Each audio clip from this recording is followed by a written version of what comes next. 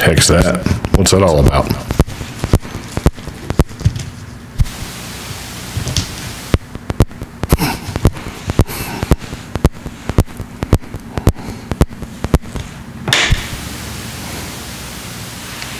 Nice. Bam.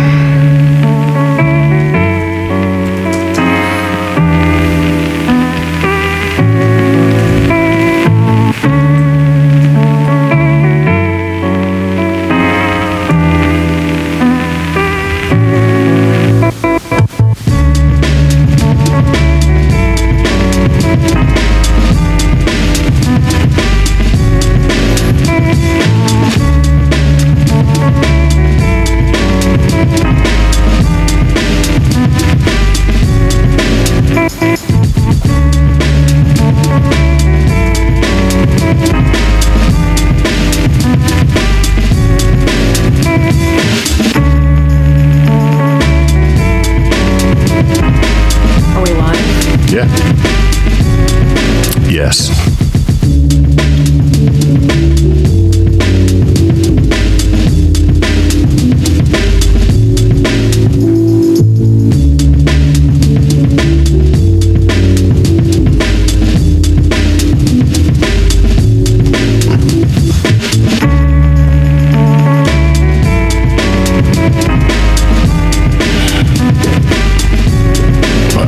It's not showing me the link. Really? Yeah. I got it right here. Do-do-do-do-do-do.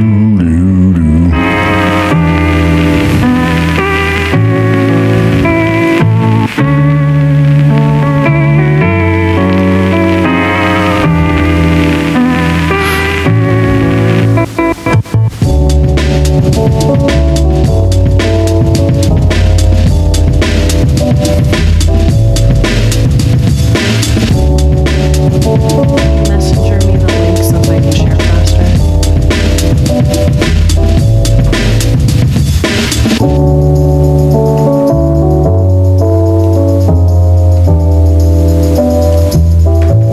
Come on. Well, that was it.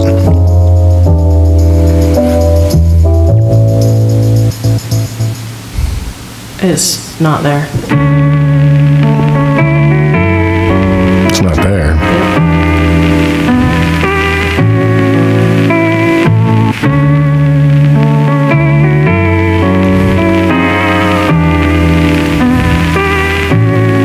Oh, hold on. Boom. Bet you it is now. Just went public with it. Probably have to do a little refresh. Okay, what did I just say? I just made it public.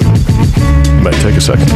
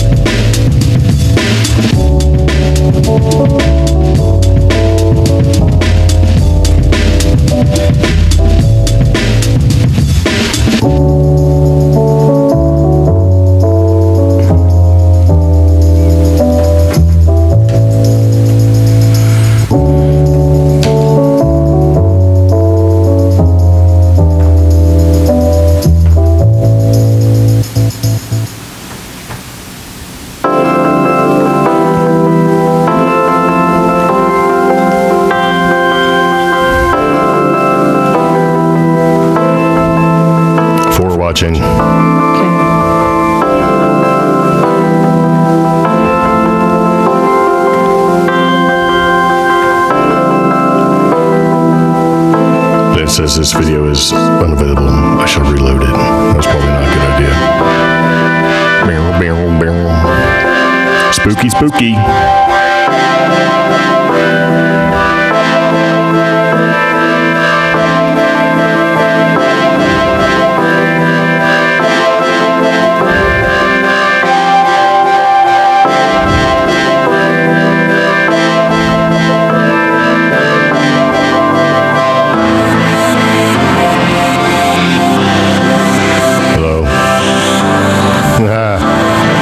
That's right. 4 quality people.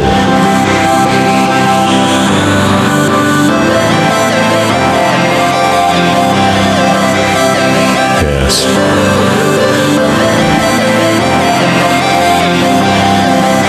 Yes, indeed.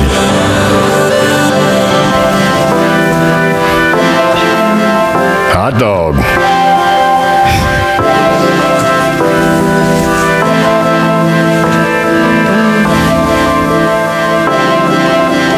Put it on Twitter.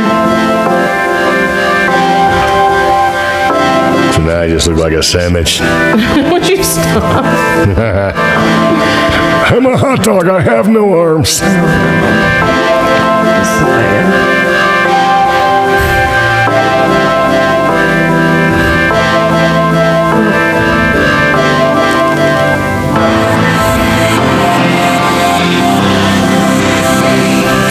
Very nice. So we have 4 people here. 5 people here. Sorry. Can you hear us? Can you see us? Can you give us some indication that you're alive?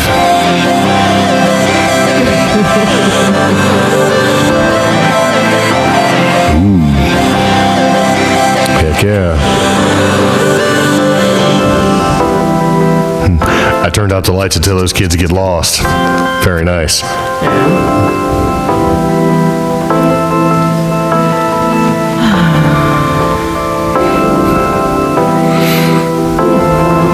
I had to take a shower, get all ready to put this on.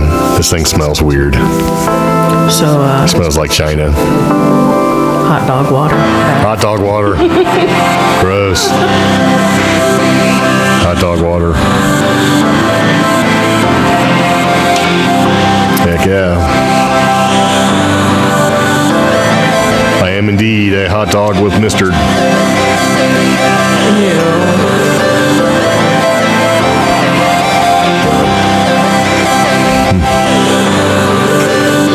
It's anatomically correct. Oh God, don't.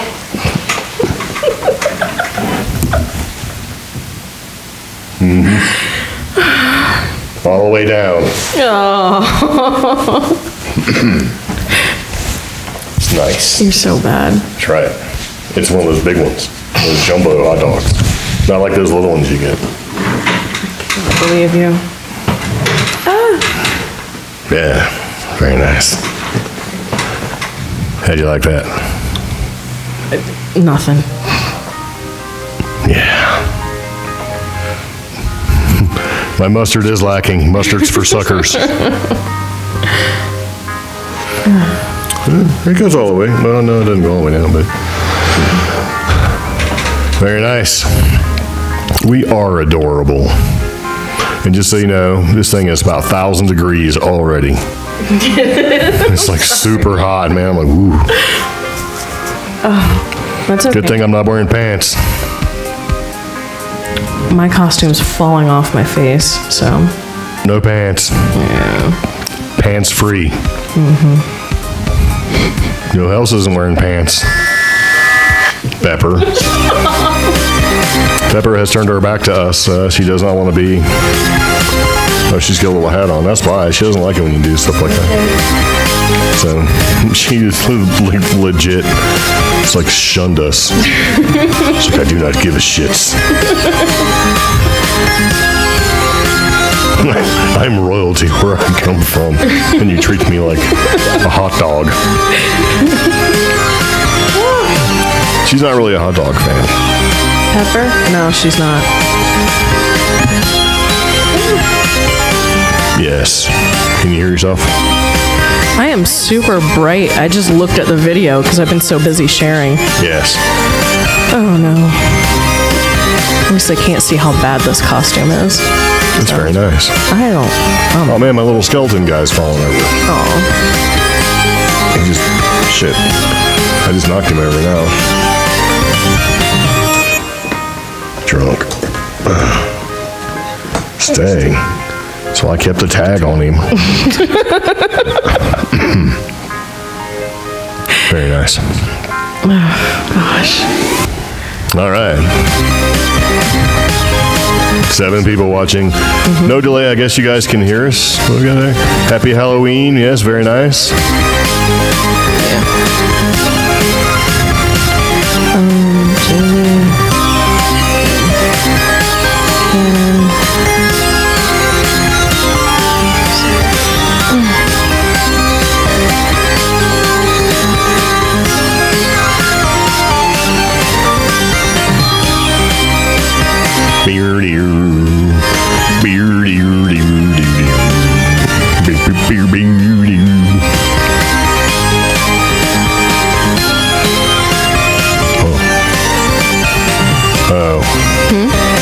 Motion has been detected. Oh.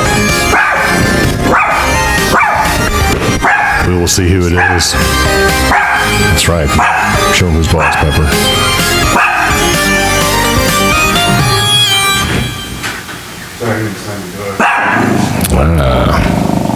How you doing, mate? That was your scene.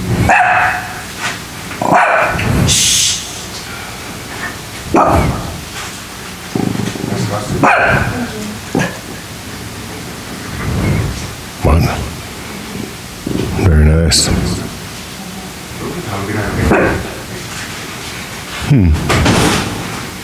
That guy's straight up invisible.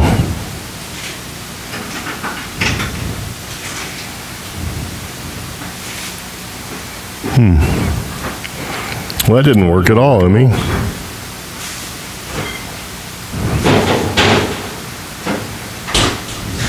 No. You just relax. She's like ready to fight. She's like, why? Who is it? So, I actually have it set up to record the trick-or-treaters should they show up. Yeah. And if they're there, then we can watch them. But pretty much, that guy just showed up, and I didn't see anything at all from him. Oh. I didn't even see him. So I wonder if my alert settings are too high. Huh. Yeah, that was weird.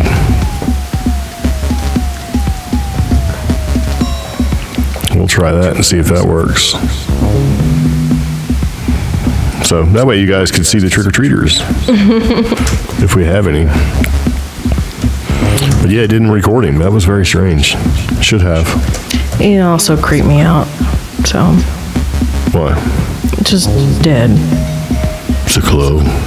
Yeah, it's great. I like your costume. Thanks for the tip, I thought for sure you were going to bring us some. Do you want me to bring you some pizza? Heck yeah. Oh, jeez. Starving to death. Stay tuned. Nice. Yeah. So anyway, I'm using our Wise Cam 2.0 to record the front door should somebody show up. And the pizza guy showed up because that's what's for dinner tonight. It's pizza. And it did not record him. Very strange. It may be because I have the sensitivity set too high because that thing goes off all the time. That's the bad thing when it comes to those things. Ah, that's right. No delay. Brittany's like, Dad, next year you should. What'd you say? Oh, I don't know if I could be peanut butter. We could be matching hot dogs. Yes, Brittany had a hot dog costume too. Yes. Sound detected on my camera. Yes, probably me. Very, very nice. Jay says, never fear, he's here. Very nice. No delay and great sound. That's great. Worked on this thing all day. Trying to figure out what's going on. I like peanut butter. Peanut butter. So, yeah, the quality of the video is probably not going to be as good as because our super expensive Canon camera, the one that I bought to do explicitly this, the screen doesn't work anymore. So I have to get that taken care of somehow. So, there's that. Yep. Jesus. I like hot dogs. Hot dog. Hot dog. So what did you guys go for East Coast peeps? What'd you guys, did you dress up as anything for the old Halloweens? Hot dog. Yeah. That's what we should have had. I could have had a hot dog. Jay says, I dressed up as Greg. That was an expensive costume, brother, because first you have to learn how to piss excellence. Right? Yeah. And then you got to figure out, okay, got to try to duplicate my style. Yeah. Good luck with that. This thing is irritating my face.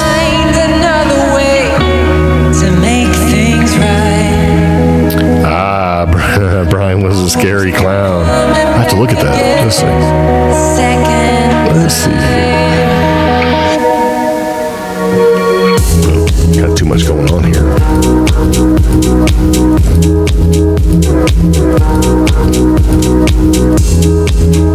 Oh, it is scary. Ooh. No.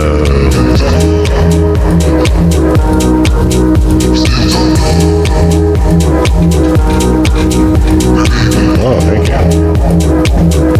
Did you really just bring one plate? Yeah, we do. I was going to put it right here. Okay. Did you see his picture? That thing is super creepy, man.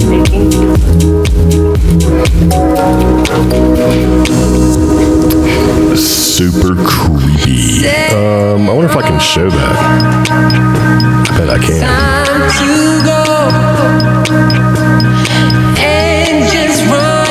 Let me see if I can seize it.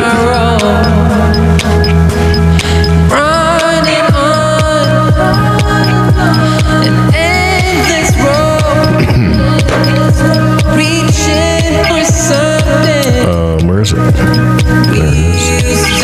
Listen. If I had another chance, I'd make things right. I see the light behind your eyes is fading now. One plate. Yep. And no napkins. That's your napkin right there. Okay. Quit throwing a fit. I'm not throwing a fit. You just know I'm going to get pizza on my hot dog. I'm pretty sure that breaks some kind of rules. I don't know what yet. I think that's delicious. I don't know. Only if they put a hot dog in the pizza crust, and get to the very end, you get a little hot dog. That sounds pretty good, actually. We should probably, Scary clown. What? Yeah, I'm going to wind up wearing this. That's a pretty freaking scary costume.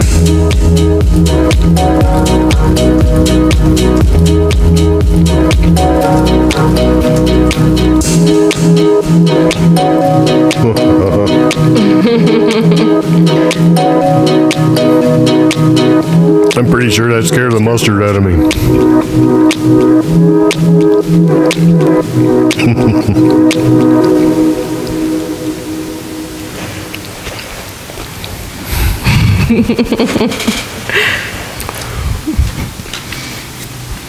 Oh, he says we could show it on the show. Good. Because we already did. Well, my phone's going off. And my costume's falling apart. Yeah. Great. Got these little fake gems just falling all over the place. Yeah. Take the plate and eat over the plate. You didn't make that happen for me. Now what am I going to do? Grab the plate. Here you go. Hey, we are having a mukbang. We're doing pizza. This is where you guys can ask us anything.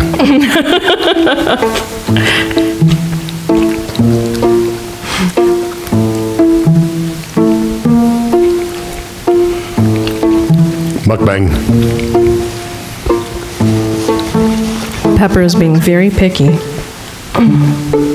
So,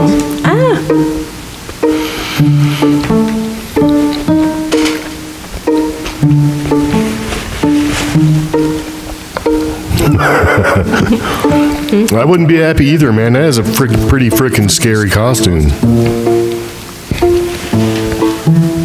Didn't our friend Julie dress up as a clown too? I don't know.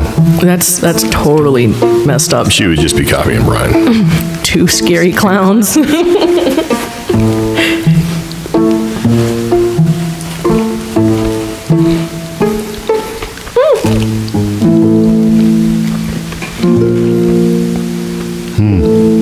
You know what makes it funny?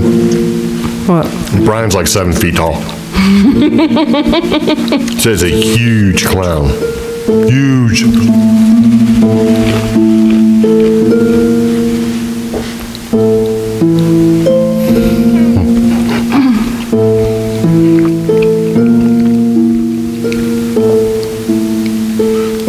I would seriously sneak around trying to make people pee.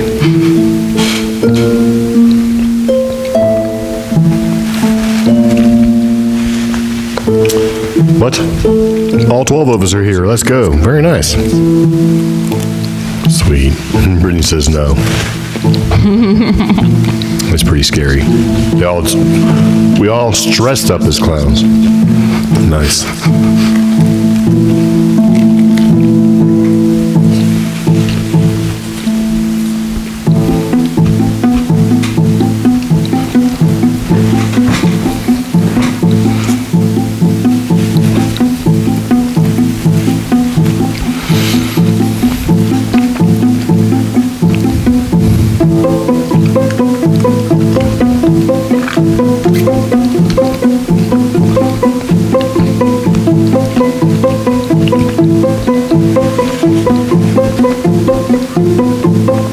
Mukbang. Very nice. That's even more weird. Okay. Have you ever seen killer clowns from outer space and the clowns? You know, they're doing their thing? Mm-hmm. They all have those meaty fingers. You know? Oh, yeah. Hands. Yeah. Gross. Brian's got the meaty fingers too. Yes, we are doing a mukbang, and yeah, even Pepper's participating, but she's being very picky. There we go. Yum, yum, yum, yum. You should tell them what kind of pizza. Okay, so we have a medium pan pizza with pepperoni, Italian sausage, extra cheese, and bacon. And then we have a large regular pizza, and it has chicken, green peppers, bacon, and it's supposed to have banana peppers, but I'm looking at it and it does not have banana peppers on it. So I'm a little mad. So, and some boo mofos, boo. Lovely flat soda in a festive cup. So very nice. Yeah. Ah, Miss Espinoza is streaming us from a respectable liquid establishment. That's a bar. Do we have any bar music? No. That is not bar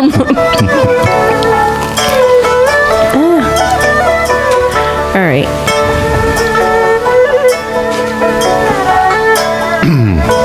So Seeger's just got back from trunk or treating, which is sad. Is this only one? Yeah, that's one big hunkin' pizza. That is gonna get all over. Yep. See, this is why. Here, just take the plate. There we go. Eat. Delicious.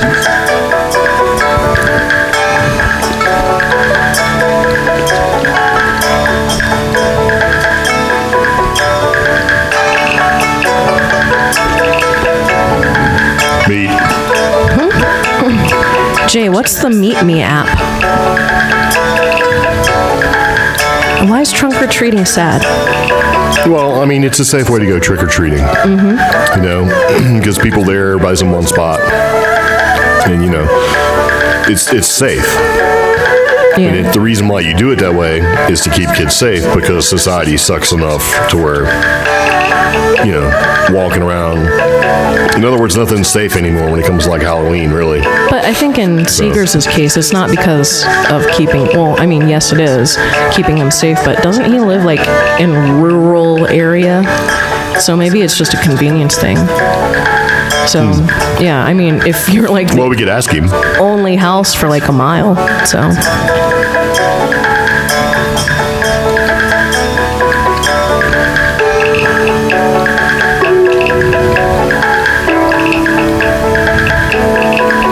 Huh. Yeah. Ask Jay a question, he gets blasted with the, you're posting too much. So our podcast is on Meet Me, or is he streaming our podcast through Meet Me? He's stealing our podcast. Oh, because I'm like, I don't remember signing up for that. So. No, he's streaming it, so. Oh, okay. All right, we're going to start in like half a piece. A pizza. I'm starving to death. Hot dog costume made me hungry. Mukbangs include the occasional expressions of delight about the food. It is super tasty. I'm ruining my costume eating this. Yeah. So. Well, that's what, you know. Oh. That's what's up.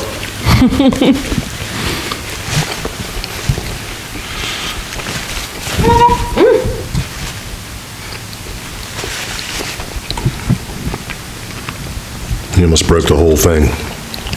No, I didn't.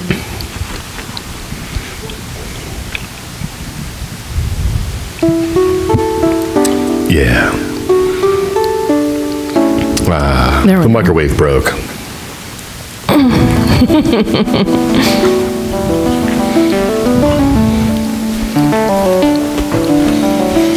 This pizza's certainly different. It's weird. Why? I don't know, it just tastes different.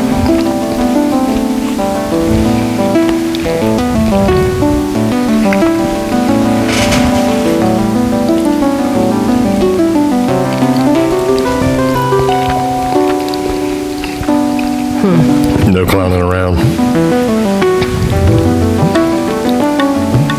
All right, we're going to start in a minute. Good.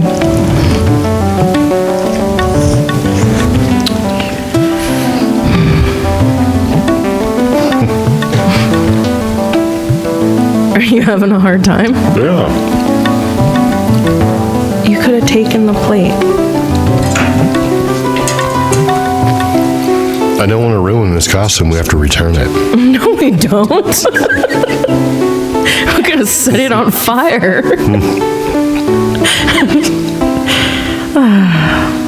I need to return this costume. The hot dog was not realistic enough. Why don't you I didn't win. turn it with pizza sauce all over it and say, look, clearly this costume did not have enough condiments. So, That's silly. no.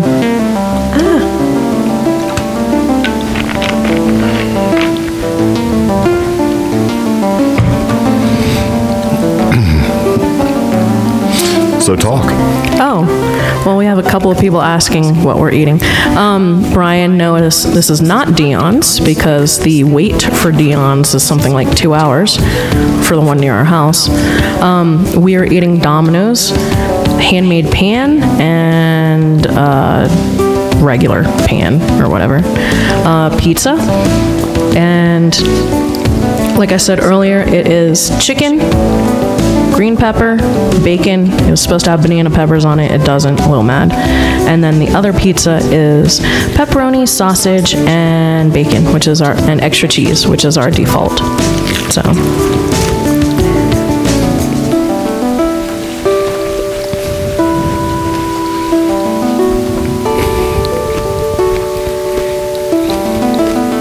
Yeah, I'm kind of mad that it didn't have banana peppers on it.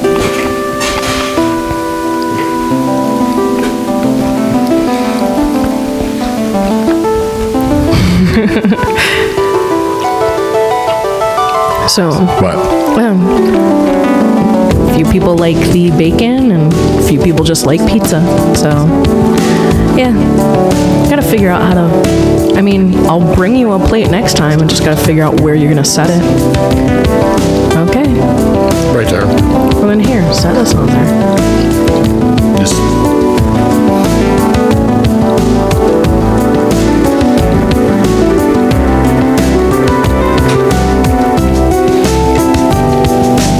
This mukbang thing is hard.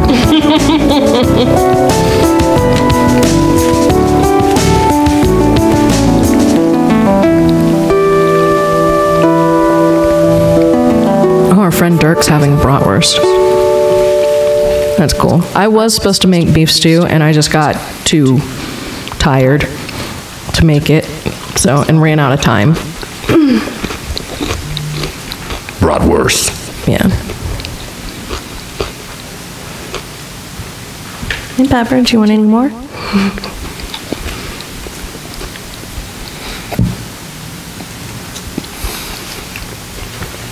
There you go.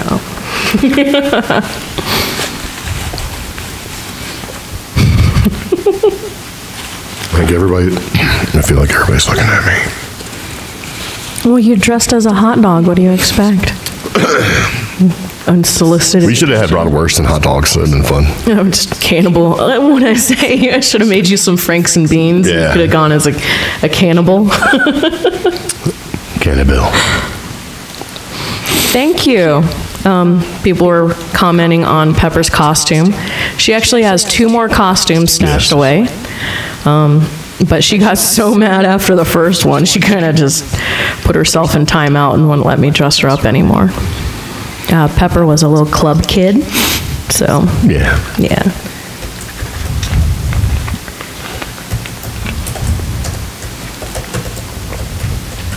Trying to find a link for you guys.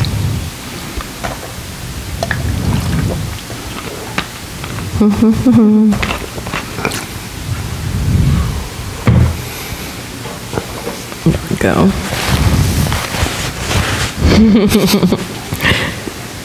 And It's a good thing you guys are here. I'd eat that whole pizza. I'll just fold it in half and eat it like a sandwich. and there's a link to Pepper's Savage. costume if you guys are curious. So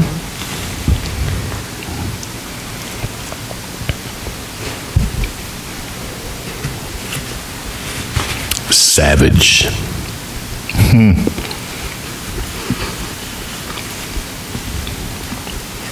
Actually, let me show you guys.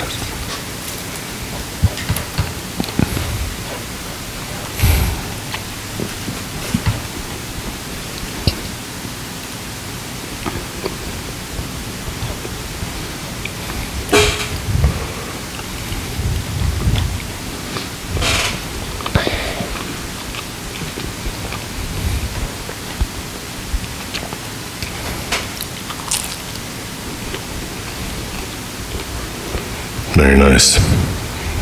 Get ready. Booyah.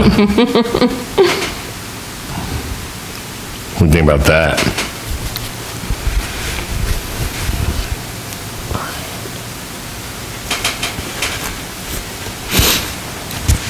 Yeah.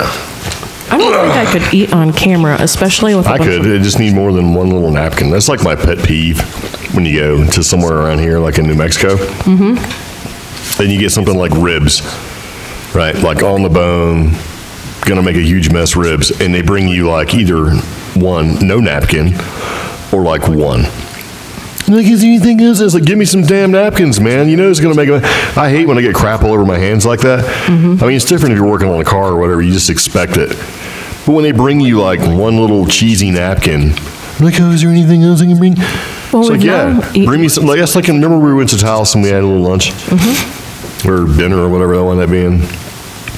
And we didn't get like any utensils, and they're like, oh, we'll make sure we bring you some. That's like, that should have been the first thing you do. You know? Yeah. When you go somewhere and you go to sit down, usually it's like, why don't, I remember back at the good old, like, as you were sitting down, the server was like putting stuff down, like, hey man, boom, you're gonna need this. Well, we've eaten at that one place. One time we ate with Dennis and Dave, and we just ate there recently where they didn't give us That's what I'm talking about. Utensils till a half hour in. No, well, the one place was Taos, this place was the other place.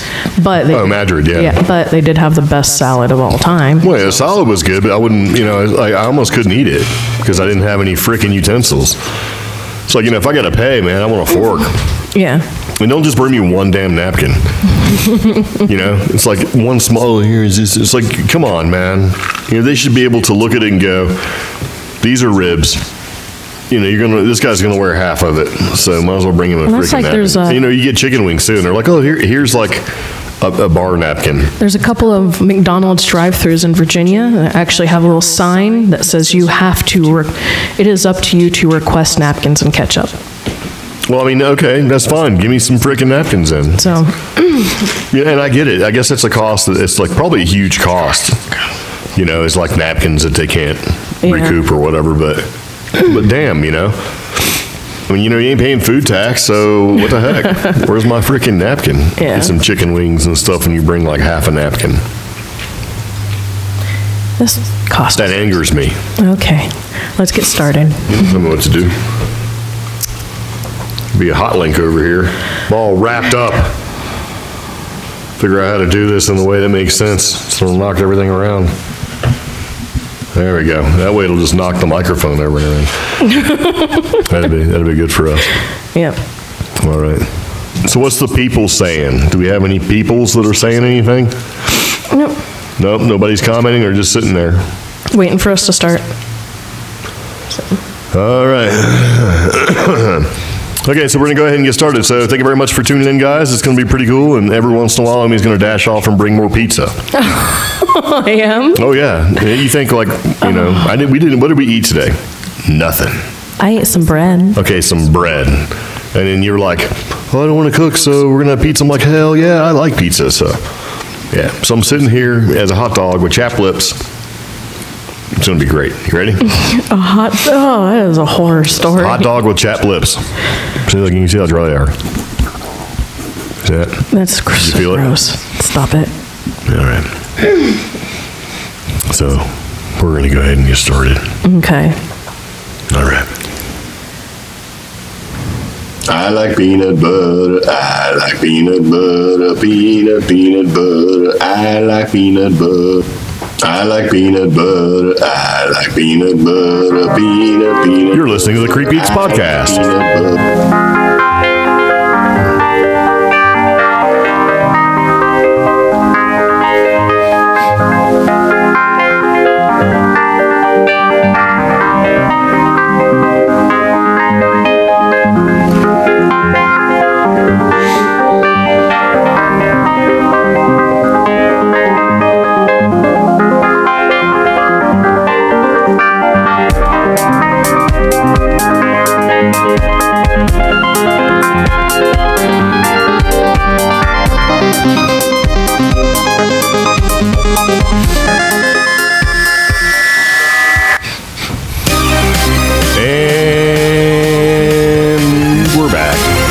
So, hey, welcome back to the CreepGeeks podcast. This is episode number 100, and it's done on Halloween. Halloween show. That's right, Halloween show. Do you know what I'm dressed up as?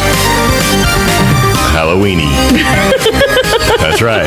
So anyway, welcome back to the CreepGeeks podcast. If you're tuning in live and watching us on the YouTubes, very much appreciate it. We do appreciate you being here. If you're listening to this audio podcast, which came up out of nowhere because you weren't expecting it, well, thank you for watching there too, or listening, or whatever you're doing. Anyway, very nice. It is Wednesday. It's Halloween. It's nice and cold outside. We got Pepper up here, sitting here with us. We got friends watching us. It's going to be a fantastic show. We got a lot of stuff to talk about today. So, anyway, there we go. This is episode number 100, and what is this? An offbeat news podcast where we explore the strange, the stupid, paranormal, and tech topics circulating the web. Yes, and we're calling this the Halloween show. This is the beginning of our third season, episode number 100. Ooh. Yeah. So, we alluded a long time ago that some changes are going to be made with episode number 100. And starting with episode number 101, it's a slight shift in the show. We're going to be doing some of the stuff that we normally do, like random factoid and some news, things like that. But we're going to be doing a little bit more research, and we'll talk more about one particular topic longer than the rest. Because why not? Yeah, so we're going to find something, research it, and do a little bit more talking about it. We're also going to start to have more interviews, and we're going to be reaching out to people to see if they would like to be on the show with us and would like to talk to us, and we're going to be doing that kind of thing. So we'll be bringing you interviews and on-location type, adventure type stuff, all that good stuff. We're going to make this podcast a little bit more serious because we can. And we should, and why not? Yeah. And so far with this particular, it's funny because every time we do, every month this podcast grows, and so far we figured out that the podcast is growing about 25 to 30% every month. So, yeah, there's that. So anyway, thanks for tuning in to the podcast. Yeah. Very much appreciated. And if this is your first time listening, this is an offbeat news podcast where we talk about the weird, the wild, the wacky, the wonderful, all that kind of good stuff, a little bit of a paranormal twins to it. I'm going to be changing it up just a little bit and adding more paranormal stuff to it because we do like that sort of thing. We think it's interesting. And you can definitely listen to us on, well, iTunes, Apple Podcasts, Google Play, iHeartRadio, SoundCloud, Spotify. Anywhere you can listen to a podcast, you can listen to us. And if you'd like to give us a review, that'd be super fantastic because we appreciate it. We accept only the finest 3 to 5 star reviews. So thank you very much. Yeah. Yeah. Oh, and in case I didn't say, this podcast is brought to you by Audible. So you can get a free audiobook download and 30-day free trial at audibletrial.com/CreepGeek, which used to be the name of this podcast. And it's pretty good. You get 180,000 titles to choose from, and it works on your iPhone, your Kindle, your Android phone, MP3 player. It's very nice. So you can sign up and get a free trial. And if you're not for sure if you want to keep the trial or not, do yourself a favor. Create a calendar reminder on the 28th day that says either keep Audible or don't. Yeah. And that way, you know, you won't get hung up in that. That's how I got Amazon Prime like 8 years ago. Got the free trial, forgot to close it out. I was like, oh, and then, you know, I kind of like it. So anyway, there we go. So there's that. So during the show, we'll be talking to people, and because whenever you watch the show and you participate in the comments, we do try to acknowledge you because we do appreciate it. And this particular Halloween podcast is going to be a little bit different because we have some submissions from people who have stories to tell. Ooh. Yeah. Cool. And there's one who reached out to me on Instagram and did a little direct message. And I just didn't have time to give him a call because I was going to record him and then put him on the show. But if he's listening, sorry, dude. But I still want to reach out to him because we're going to do a show on Bigfoot in New Mexico. Yeah. And talk to people who maybe have experienced some of the stuff that we have. And I'd like to include him in that. So if he's listening, because I don't know if he wants me to say who he is, and you know, the last I seen of him was his Instagram post was him drinking looked like a shot of tequila out of a crystal skull cup. That's pretty badass. Yeah, it's pretty cool. It was like a little shot glass. It was like a skull. I'm like, that's actually pretty cool. Yeah. So, yeah. But having said that, if you have a cryptoid or Bigfoot experience here in New Mexico that you'd like to share, you can always email us, and that's going to be contact@creepgeeks.com, or you can reach out to us on Facebook. This person reached out via Instagram. Sure. Direct message works. We're up for all that. Wherever you follow us, reach out to us. We want to know more about those stories. We've been collecting a couple of them. So, yeah. Quit playing with your buns. You don't tell me what to do. Your hot dog buns. That's right. Hot dog buns, a little hot dog water, hot dog breath. So, Ate some pizza, super tasty. All right, so we're going to go ahead and get started with the interesting random factoid. This is something we talk about every show, most every show. It's a random factoid. It's interesting, and hopefully you'll learn something. okay. Or not. And this interesting random factoid, since it is Halloween, is about Halloween. Oh. Okay. Yeah, shocking, right? So this is the history of Halloween. This was actually suggested to us by a listener who watches the show as well, because we were kind of talking about, you know, things as in, hey, what should we be talking about? You know, what would you like to hear about the show? And this was it. Amongst other things, got a little pizza in my throat. All right, you ready? Mm-hmm. So, the history of Halloween. So, ancient Celtic farmers believed that one day a year, right? Yeah. The season of life meets the season of death. Okay. Yeah. And spirits will walk the earth on that day. Cue the scary music. Wait, that's not it. There we go. Story time. I probably should have saved that. Dang. Anyway, so yeah, one day a year, the season of life meets the season of death, right? And in that day, it was basically called Samhain, like Sowin, right? Yeah. Which means summer's end. So, being as the Celts were mainly Druid, right? So the Druid priests would try to predict if their villages would survive through the winter, and they'd have the little, ceremonies and junk, right? Pretty harsh. Yeah. Well, I mean, winter, No joke. Yeah. And so what would happen is the ordinary Celts, they would light bonfires and use demonic disguises to repel the spirits and protect themselves from the spirits that walked on that day. Right? Yeah. So they disguise themselves as spirits, and they'd also disguise themselves in, sort of scary spirits to scare away some of the lesser spirits, because that way the spirits couldn't get you. See, that was the thing, right? The whole thing is warding off death, because the season of life and the season of death all occurring on the same day where the spirits can walk. Yeah. So, enter the Catholic Church. So, Pope Gregory III, in a means to incorporate the Celts and the Druids and the pagan festivals and all the pagan stuff into Catholicism to make them part of the herd, if you will, right? Basically established All Hallows Eve. What? Okay. My phone's like, "Brr." And All Hallows Eve is supposed to be on November 1st, and it's there to basically honor all the saints past and future. And of course, to absorb the Celts into the fold, right? So here's the deal, though. That's great. The people were like, yeah, that's cool. We'll totally do that. But they didn't see any reason to stop celebrating the day before. Yeah. So Samhain became known as All Hallows Eve. All Hallows Eve became Halloween. Right? Oh. Hallows Eve, Halloween. Right? Okay. So you got that so far? Yeah. So now how did it get to America? Well, when the Puritans came over in America, or to America, they were leaving all the garbage and persecution and all the other stuff that they said supposedly. Weird religious. Yeah, so they brought their own weird religious stuff over here, but they basically dropped the Druid, the pagan, all the weird stuff, right? Yeah.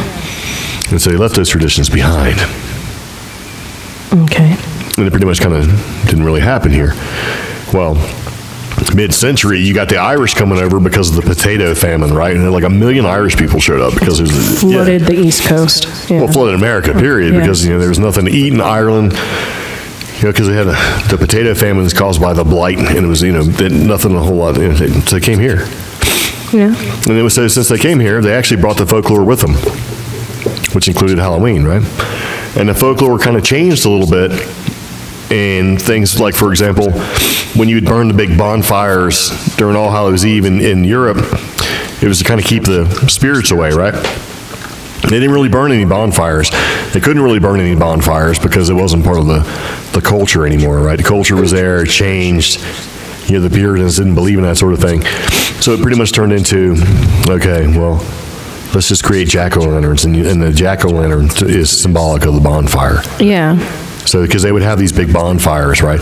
Because that's how they'd use the bonfires and the demonic disguises and stuff to keep the spirits away and to protect them from the spirits. So anyway, the Irish came here, and part of the traditions had changed. The folklore had changed because of the situation they're in being here. Even though it's supposed to be a big melting pot with all the traditions and cultures and stuff can come together, the Irish were pretty heavily persecuted, period.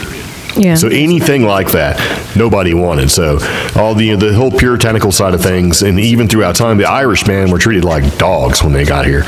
So anything like that was frowned upon. So they had to be kind of low key, hence the jack-o'-lantern and stuff like that. So, yeah. And when you look at it like that, okay, the disguises they were wearing in Europe to protect them from the spirits really became costumes here. Okay. So you dress up in your little demonic costume to kind of go around and do your thing. Jack-o'-lantern, little bonfire. And the tradition of treats that came from, that we have now, like trick or treat, where you go to somebody's door and you knock on it and stuff like that, they're not exactly sure where that came from. But what they think is that part of the tradition in Celtic tradition was that people would go door to door and pray for the souls of the people in the house, including past and near family and stuff like that. Yeah. Right. And they say, and where I got this from, they don't really know. They just you showed up and you said prayers for the souls of the people in the house, and you got little snack cakes, like little treats, and that was your payment for praying for them. Okay. But what I read, and I think this is more likely, is that people would show up and they would pray for the souls, right, of your family and the deceased, so that the spirits would think that the people that live there were already dead and gone and wouldn't be looking for them. Oh. Right? That's like weird. a diversionary tactic. Well, yeah. Okay. Because spirit's not going to waste the time trying to do bad stuff to the living if the living is dead. Right? Because the whole thing is about life and death and, taking the life away, taking the soul away. Well, if people are showing up and they're praying, and doing all that stuff, if you're a spirit, you're like, oh, they're dead. They're gone. It's like it's a service. I'm not going to waste my time here. Kind of like a diversionary tactic. So, yeah. So anyway, they think that's part of it. Showed up, prayed for the souls, got a little treat, and kind of moved on. And that's what people did. Right? Yeah. And that even goes back to the Black Plague when they had something similar going on with something like that. But, here in America, capitalism made Halloween very profitable, and we know what it is today based off of that. It's one of our most lucrative holidays that we have, especially, think about it. You buy the costume, you buy the candy, you do all that stuff, a little bit of celebration. So all that was based off pagan stuff, druid stuff. And then here in New Mexico. And that's not even counting the Wiccan side of things and everything else. But New Mexico here in America, man, they take Halloween seriously, because it's not just Halloween, it's Dios los Muertos. Yeah, Day of los Muertos. Yeah, which is Day of the Dead, Day of the Souls, things like that. So, and All Hallows Eve is still, All Saints, right? Because it passes on from the Catholic or Catholicism and stuff like that, but it's a blend of basically the Mexican cultures, the indigenous cultures, as well as Catholicism, and blend it all together, and you basically have almost 4 days of Halloween. Yeah. Pretty much. So it's really cool out here to see all the celebration, but I would say like Salem, Massachusetts, the state of New Mexico, it's where you see a lot of, they take Halloween seriously, Well, yeah. But I don't know. I think sometimes the history is lost. So. Well, yeah, it's like what Adam's saying in the chat. It is cultural appropriation. Yeah. Nobody does it better than the Catholic Church. It's true. Yeah. So, and you know who did it really well before that? Who? Romans. That's true. So there you go. Hence the Roman Catholic Church. So, yeah. And it is, you're right, it's not nice to fool Mother Nature. So, as you can see by my scary disguise, no spirit will get me. Like, no, I'm not hungry. I had hot dogs last week, right? The spirit of Julia Childs. Yeah. Yeah. Drunk Julia Child. Ooh. All right. So, anyway, that was our interesting random factoid, a quick history of Halloween, and 10 easy steps, or whatever it is. So. Okay. Yeah. Let me adjust this thing here. I feel like I got some pizza stuck in my throat. And drink some water. No, you don't tell me what to do. I'm saving that water. Water is more expensive than Pepsi.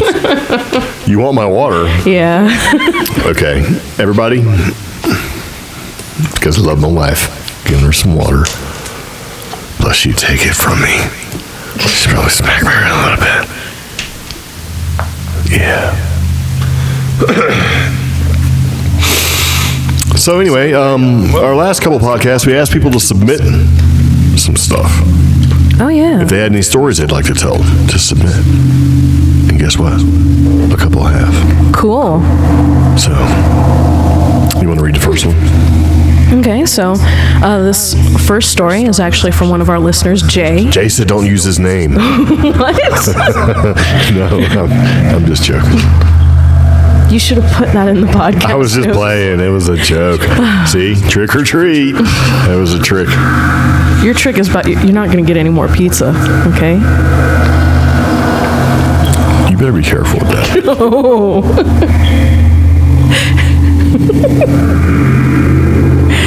Okay, so this first story is from... Please continue. Don't even. What's that? This first story is from one of our listeners, Jay, and basically one night at the Whaley House, which is supposed to be America's most haunted house, I was hanging out by myself to relax. Often I would go there to get my mind off things. I was sitting on a brick wall where there was no one around and it was just me. It was also in the middle of the night. I felt something touch my shoulder. It felt like a hand reaching out and touching me, only there was no one around me. And I felt a very cold breeze. The breeze was more cold than the temperature outside. Another experience is inside the Whaley house at one time. I was in the house and I was taking pictures. I found dog prints underneath the bed, or underneath a bed in the underneath a bed in a room. There were no dog prints on the floor when I was in that room, but they came up on the camera when I took the picture. I wish I had the picture still, but unfortunately things happen. He knew the housekeeper of the house, and he let a group of them in. Those are a couple of experiences he's had. He's had more experiences, but those would take all night. So that's kind of creepy, like mysterious paw prints or footprints. And cool breeze. And the feeling like something touched you, that's kind of, yeah, creepy. Yeah. Yeah. Especially. I would never be at the Whaley house in the middle of the night, though. No, you've heard of it? Yeah. And, it is supposed to be one of the most haunted places in America. So, but cool story, bro. What? there you go. Cool story, bro. No, that is kind of creepy, though. All right, so I got a story. This happened to me a long time ago. In 91, 92. Anyway, I was in Charleston. It was in Charleston, South Carolina. I was on a ship, and I was stationed. It was the USS Sims DDG-18. I was stationed in Charleston, right? Yeah. And at the time, I had family in Virginia, and I would go back and forth. It just worked out to be where I would be down in Charleston. This was for a short time, Monday through Friday, and then the week when I didn't have duty, I would drive to Virginia, Norfolk, Virginia, basically Norfolk, Virginia area over the weekends, 8 hours, right? And I had been working, stood watch, and I remember I was really tired, but I was going to make the trip, so I was driving in my little car, and in my car I had a CB radio, because you couldn't have I was going to say smoke detectors. You couldn't have speed radar detectors or anything like that. Yeah. Because when you got to Virginia, man, they would bust you for it. Totally illegal, right? And they give you a ticket, especially in Emporia around South Hill. So I had left, and I was driving, and I was heading towards Virginia, and had his CB in the car. Everything was ready. I was listening for cops, all that kind of stuff. Well, I remember passing this trucker, like truck driver, because he was on the right and going kind of slow, so I passed him on the left and got down the road a little bit. Yeah. Well, as I was driving, I knew I was tired, and anyway, I wound up hearing this truck driver screaming at me over the CB radio, like cussing at me, yelling at me, telling me I was going to die and all this stuff. And I was like, evidently I'd fallen asleep. And that dude yelling at me woke me up. And as I woke up and looked up, I was heading towards a bridge abutment. So I was off the road in this little car. So, I jerked the wheel and kind of got back up on the highway all freaked out and stuff. And I was like, man. And once I got straightened out, because my heart's pounding, because I was dead ass asleep. I don't remember anything, I grabbed the CB and I told him, I was like, hey man, thanks man, you saved me, right? The CB was off. Oh, God. I'd never turned it on. It was completely off. But I heard that truck driver screaming in my head, clear as day. That dude woke me the hell up. Crazy. Yeah. Oh God. So I was heading right. Would for sure be dead. There was no. Because and I'm like off the road in the grass, not like I just went off the road a little bit. I'm like in the grass. It took me a while to get back up on the road, but I heard that guy screaming at me clear as day. So yeah, it's crazy. Cool. Scary. All right. So there's one for you. Okay, this is from another one of our listeners. I grew up in a house where the previous owner committed suicide in the house by blowing his head off with a gun. He was known as Mr. Fiddler. At least that's what we were all told shortly after moving in. There was always odd things happening, water turning on by itself, shadows moving, and an all-around feeling of darkness. One late night, the entire family was in bed, and the fire alarm located in the hallway outside of the bedrooms just went off. Most of us met in the hallway to investigate, and my dad couldn't get it to turn off. This was in the 70s before fire alarms were hardwired and ran on batteries alone. My dad took the battery out to silence it, and we all went back to bed. A few minutes later, the alarm went off again without the battery. Ooh. It scared the hell out of us at the time. Thinking back, I wonder if it was real or if it was my parents messing with us. They've both passed away, unfortunately, so I can't ask them. Really? Would you stop? Unfortunately, we'll never know, but that is just creepy. I mean... I don't like stuff like that. Yeah, especially if there's no battery. What the heck, you know? Yeah. No. I just wouldn't sleep. I'd be like, all right, that's it. I'm not going to sleep the rest of the night. So, now, the same listener had another story. I can't ask them. I guess I'll never know. Stop. Thanks, Brian. He said, don't use my name. No, you didn't say that. In the chat. Really? Yes. Yeah, sorry, man. So, another listener story from those, yeah. All right, in 1988, I was hanging out at my brother-in-law's house in a rural part of Phoenix, Arizona. It was getting late into the night, and we were standing out in his backyard talking. We saw an extremely bright white light in the sky very far in the distance to the east. It looked like a helicopter shining its light directly at us, but was way too far away for that. It was not moving, it was just hovering there in the sky. We thought it was unusual, and it had our attention. But we weren't really concerned at that point. We were just trying to figure out what it was. A few minutes later, a second light of the same brightness and distance appeared to the north of us. Now there were two of them, and we were getting concerned. About a minute after spotting the second light, it started heading straight towards us. Fast. Very fast. It flew right above us, less than 100 yards, and stopped in midair. It was kind of triangular with lights on the bottom, and it was larger than any airplane I'd ever seen. It didn't make a single sound. After hovering for about 20 seconds, it turned toward the other light in the east, and at first it slowly went toward it, then sped away super fast. Both lights then disappeared. We were terrified and ran into the house, not believing what we just saw. We both knew it just couldn't be an airplane or a helicopter. What stood out to us the most was how close it came to us without making a single sound, and how it hovered with absolutely no movement. We were both convinced that we had witnessed a UFO. And what's crazy about that is that's about 1998 or 1988. Yeah.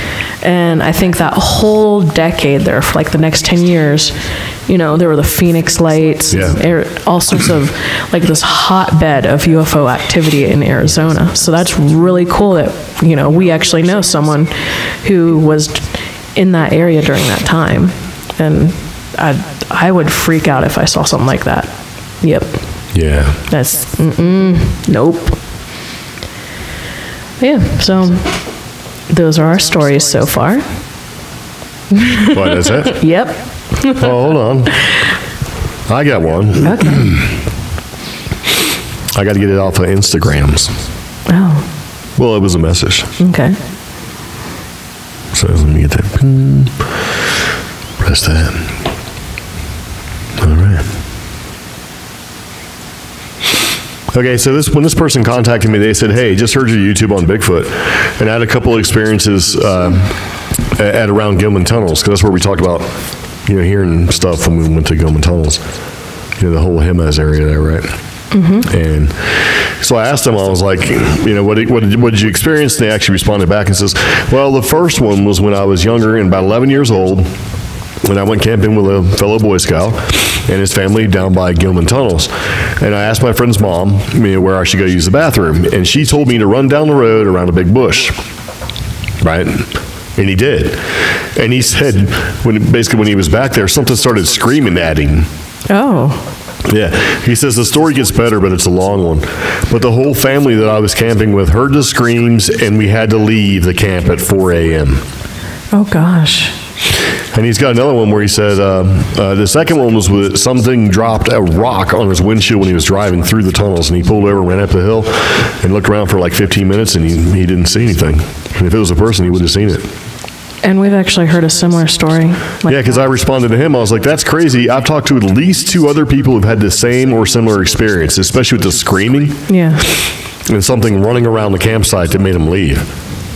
Like thrashing around. Like it was obvious that something didn't want him there. But the screaming part was like super creepy, man. Yeah. And every time I go to that place, it was very, very creepy.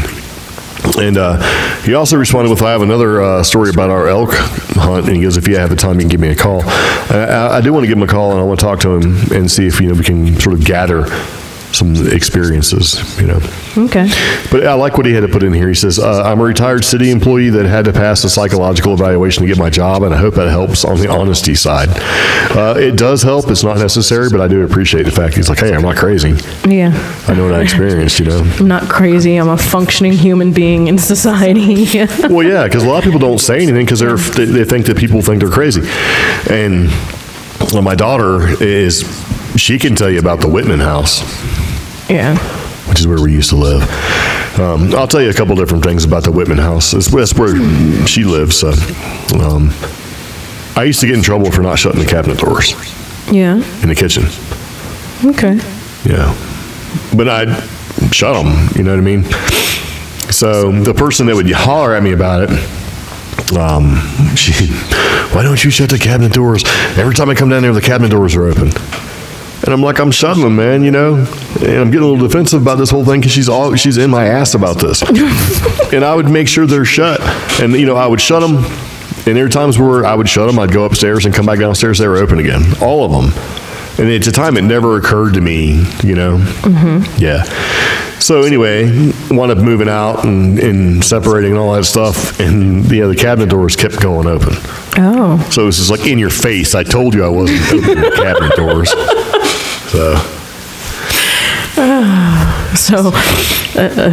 Yeah, take that. A divorce led to a paranormal revelation. Yeah, but there was more than that. Like, I was there and... You told me one story about your father-in-law and you? Yeah. I was there downstairs, and my father-in-law at the time was upstairs.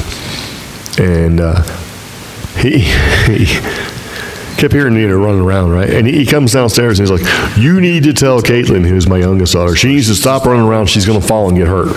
And he was really mad about it, right? Mm-hmm. He's all grumpy. And I guess because he at the time he was driving a wrecker, and he worked these weird hours like a tow truck, right? Like a rollback. Yeah.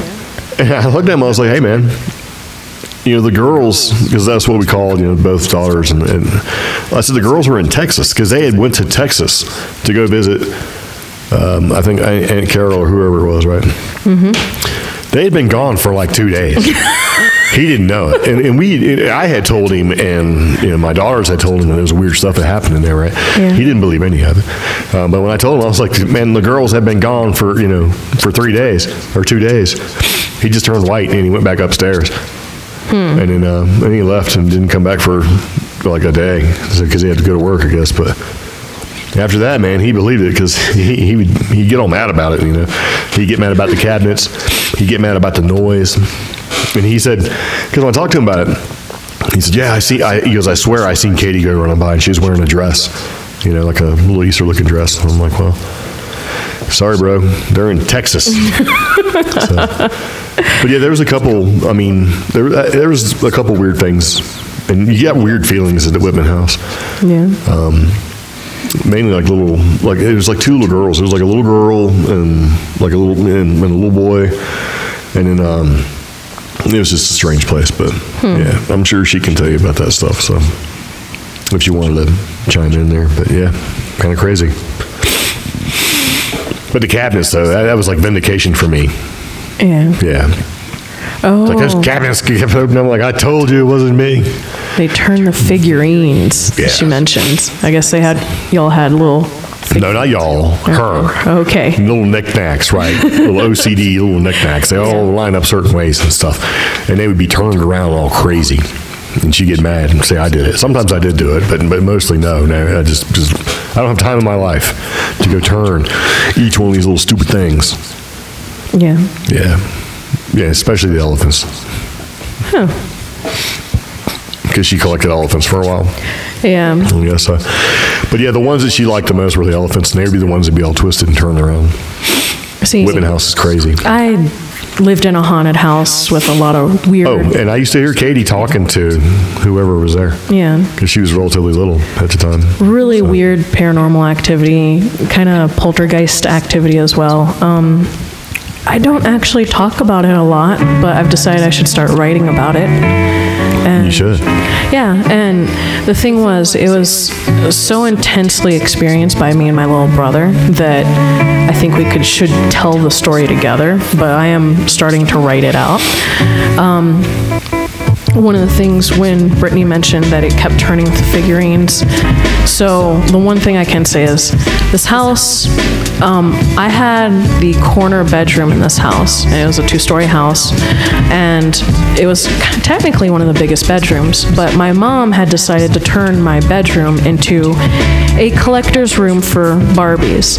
And I don't like dolls. I have never liked dolls. It was something my mom liked, but she had all these different shelves put up of like over 50 different Barbies, from antique to modern to collector, and they were all positioned on Barbie stands. Some of them were still in the box, and other ones were just in these little stand things. They're standing up staring at you. So, goodness, you know, I didn't get much sleep when I was a little kid because I didn't like these Barbies staring at me all the time.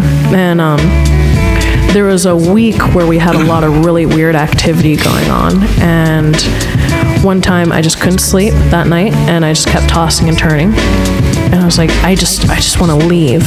So I snuck out of my room and tried to go into my brother's room, and I couldn't get the door open for some reason. It was kind of weird. So I turn around and I go back into my room, only to find all the Barbies have turned away from me. Yeah. Nope. At which point I start screaming. I wake my mom up, who yells at me for waking everybody up. Not that, oh my God, all the Barbies are turned facing the wall. So, yeah. Nope. And I ended up sleeping on the couch that night because I just refused to go sleep in my bed. So.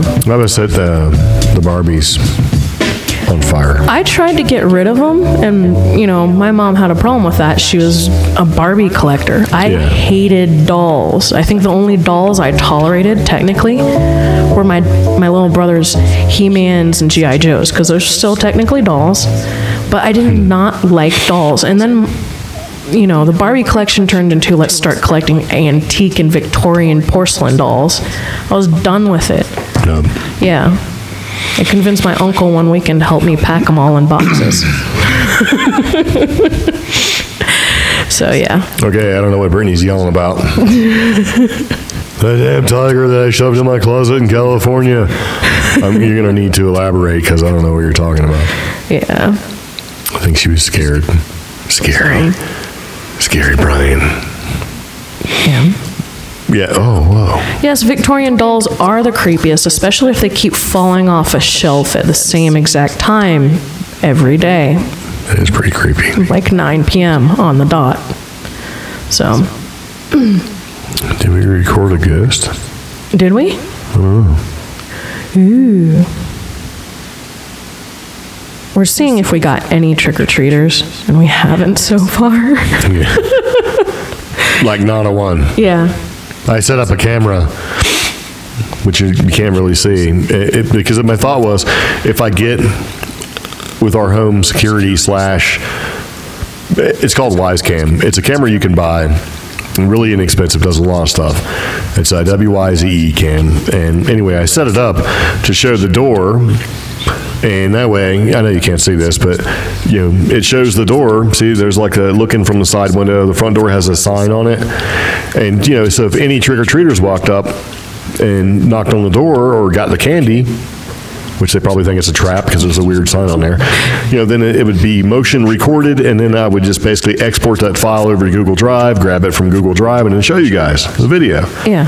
But so far, no activity. Well, I'm looking Not at a one. the clock right now, and this is usually when, if it went off. This is when like the 3 people show up. No, this is when that one cat that agitates Pepper shows up. Well, I got news for you. When's it in here? Like 8?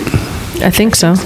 8 o'clock, we're going to reclaim that candy. I know, And then right? we're going to have another mukbang with pizza and candy. It's going to be delicious. But yeah, I don't like porcelain dolls. That same doll, Brian, one of our listeners, They are the creepiest. I don't like scared them me. either. It would Same always thing with the porcelain clowns that are Yeah. dressed like Oh, Victorian God, dolls. Yeah, this doll would fall off the shelf at 9 p.m. constantly, and it did this for over a month. And then finally, I picked it up, and I said, there's something wrong with this thing. It keeps falling off the shelf. It's not my fault. My mom was like, you're playing with it too hard. I'm like, I'm not even touching this thing. It's just falling off the shelf every night. And how can it fall off the shelf? And how can I make it fall off the shelf if I'm laying in bed? Because our bedtime was always early when I was a little kid. Yeah, because that's what parents do when they just get tired of you. Go to bed, it's 5:30. Yeah. We're tired of you. So she's like, put it back on the shelf. So she goes and she puts it on the shelf. She starts to walk out of the room, and it falls off. And that time, it finally broke. It cracked its face open. That's what it gets. So, yeah, that was the end of that thing. So, but yeah. I still don't like dolls. Like, I think there's this little tourist attraction here in New Mexico that features dolls and carved little items, and I kind of want to go there, and I kind of don't, because it might be too creepy. Almost sounds like the dollhouse in Virginia Beach. Yeah. I wonder if Brittany's ever heard that. Brittany's a youngster compared to us. I wonder if she's ever heard of the dollhouse. Yeah.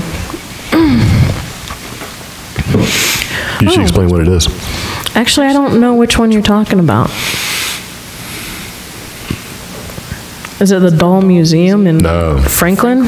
Oh, no. Evidently, this guy had twins, and it was like a murder-suicide thing. Happened around Christmas. And the Christmas tree was still up, all this stuff was still up, and dolls were hung from the ceiling. Oh. And whoever owned the house or who owned that particular property, nobody ever went in there again. It just stayed there. And as you drove by, you could see it from the living room. You could see the dolls hanging off the ceiling. You could see the Christmas tree still up. Where is that at? It's in Virginia Beach. Oh, God. Like down at the beach, like off Laskin somewhere or something like that. And people were really creeped out by it. And it used to be, you could go up there and you could see it. And originally, the parents came home to it. Like the dad came home to this and lived there for a while and didn't change anything. At least that's what they say. Oh, God. So, and then when he passed on, the house just stayed empty. Wait, off Laskin? Yeah. Off like a feeder road down off Laskin, you hung a left. Oh, my God. Yeah. And the thing about the window was it was a huge picture window, so you seen it. And, it was that way for years because we would drive by it and look at it and you'd see it and and it was pretty. I didn't know that, but Yeah. I've been past it. Yep. That's terrible. See, I was just thinking it was... I just heard a Sasquatch knock in the backyard. It's probably a cat. Dude, I'm dressed like a giant hot dog. That's exactly what Sasquatch It's like, what's that? I mean, if I was a giant Sasquatch, I'd be like, I'm eating that hot dog, man. Yeah. They're like, oh. One of our listeners wants to know what will happen if a Victorian doll shows up in the mail anonymously. Well, first you have to cleanse the doll by pissing on it and pooping on it and insulting it. And then setting it on fire. Yes, and then putting all the ashes back in the same box as it came in and putting not at this address, return to sender. Boom. Yeah. So, no, I can't even. No. So, I'm glad to know my bedtime wasn't that bad. Someone commented, our bedtime was at 8 p.m. as well. See, when I was growing up, I thought I had the earliest bedtime in the world. It started off at like 6 p.m., then 7 p.m., and then it stayed at 7 p.m. for the longest time. And then finally 8 p.m. But the thing was, though, at 8 p.m. is when all the creepy stuff would happen in the house I lived in. That's right. It would start to ramp up from there. So, but, you know, I'd go to school and, you know, talk to other school kids and, you know, friends and stuff. And they're like, I don't go to bed till 9:30. Lucky. So, yeah. Well, Brittany was like, yeah, the streetlights came on, she had to be home. Yeah. Which was pretty generous.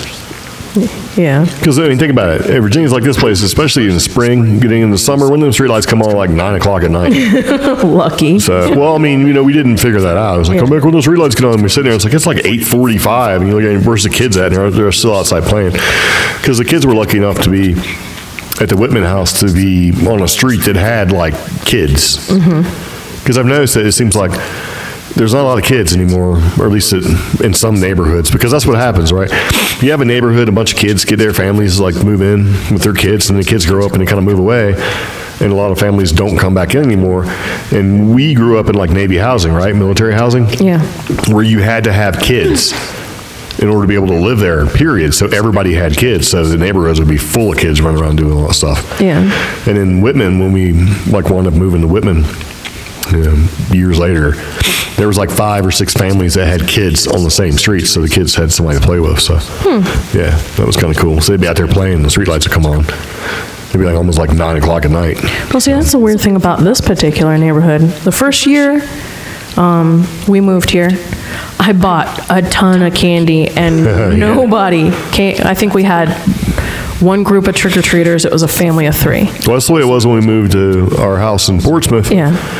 You know, we bought a bunch of candy, and, like, nobody showed up. Yeah. It was, but then the second year we were here. Well, that one little girl showed up, her little 2-year-old that the next door neighbors would. Yeah.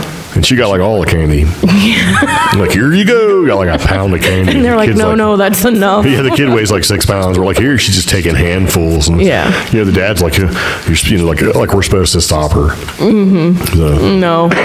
It's like, joke's on you. We already took the good stuff. But, yeah, here, the first year we had maybe 1 or 2 well, we had the family of 3, and then we had 1 more, I think. That was the first year. Second year, I'm like, great, we don't have a lot of trick-or-treaters. So I buy like half the candy, and we had nothing but trick-or-treaters for an hour straight. So it's like, what the heck? Yeah. Yeah, and it's because this neighborhood's changed. There's people who have moved out, moved in, and it's an older people neighborhood. Yeah. So, yeah. That's what they call established.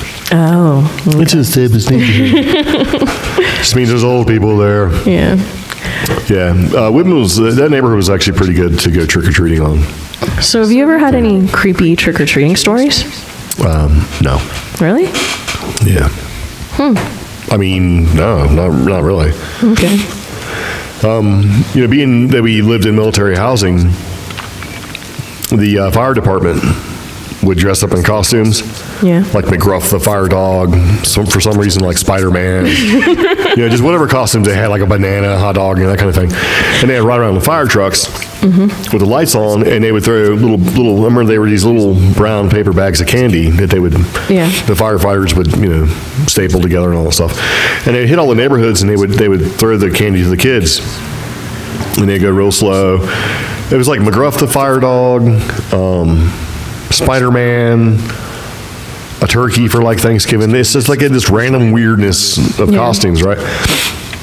And I remember that if you made them mad, which was pretty easy to do because they were already a little grumpy to begin with, right? If you made them mad, they would throw these bags of candy really hard at you. I had something similar happen. So they would just be humming these things as hard, like just trying to hit you in the face with this bag of candy because you'd make them so mad. Yeah. Well, the joke's on them. That was the entire goal. Keep throwing that candy, dude. Because they'd be humming these bags at you, like, you know, just throwing them as hard as they can. And you get like 5 or 6 bags. You're only supposed to have the 1.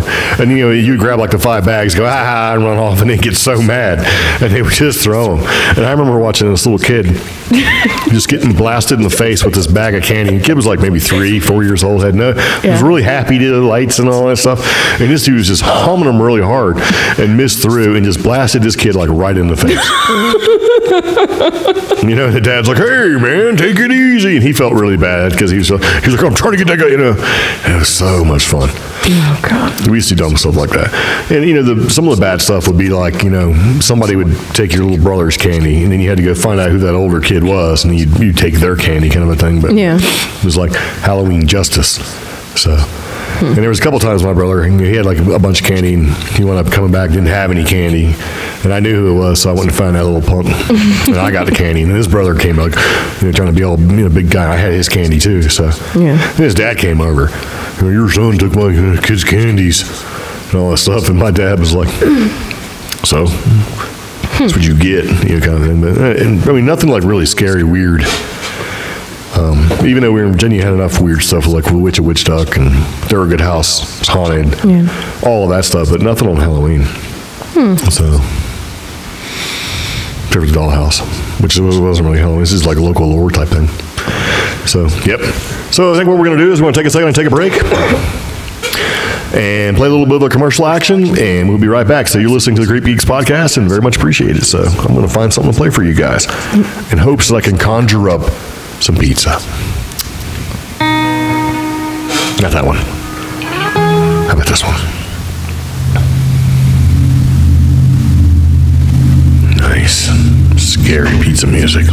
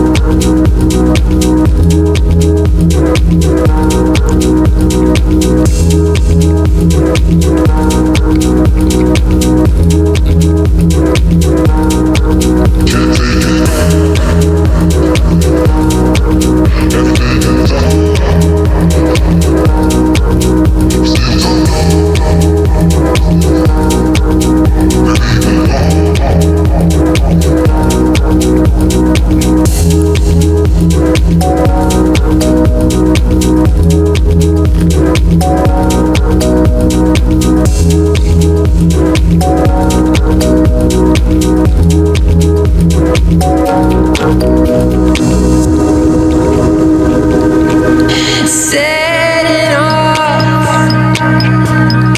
Time to go and just running. We're on our own, running on an endless road, reaching for something we used to know.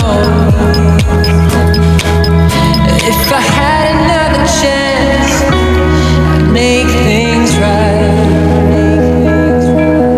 I see the light behind your eyes, it's fading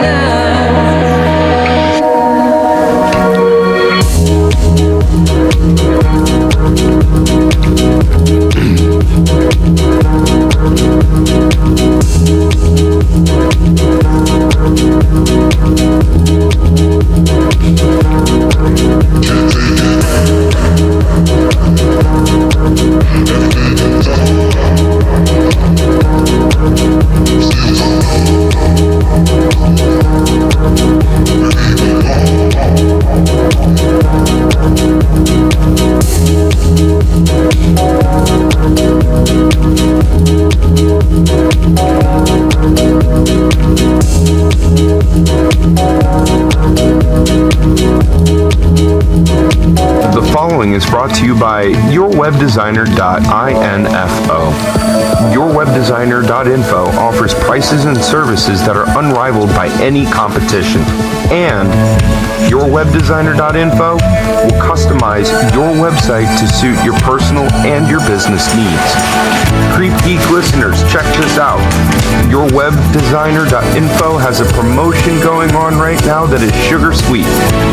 $115 for one custom web design, 1 month of hosting, one logo, and your domain web address? Well, guess what? It's included. For more information, you can visit us on the internet at yourwebdesigner.info. That's INFO. Or call us at 858-683-3657.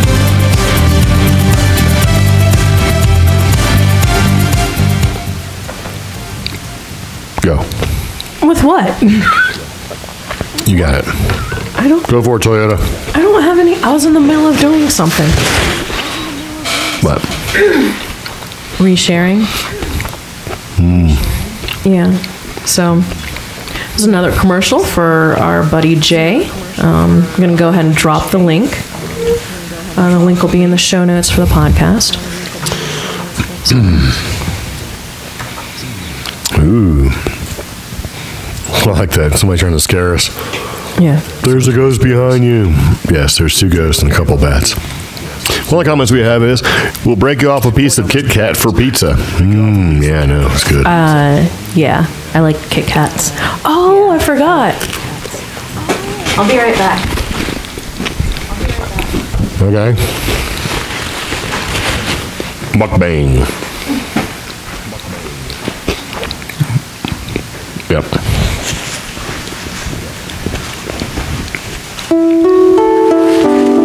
That's nice.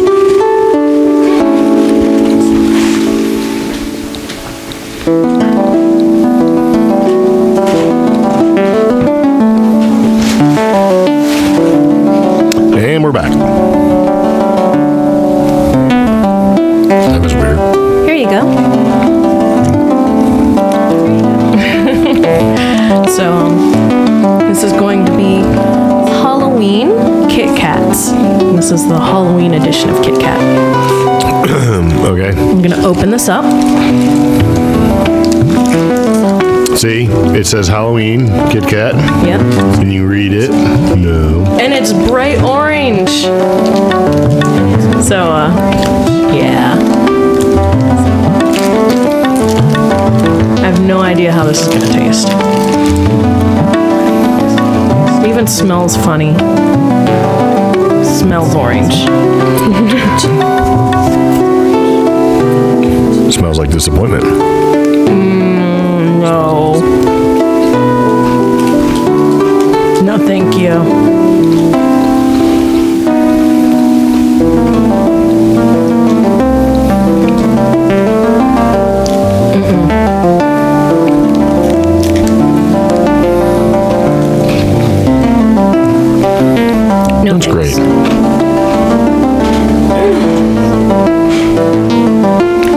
tastes like Garbage.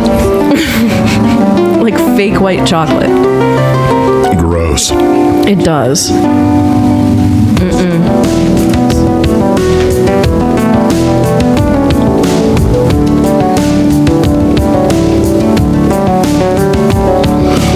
Yuck.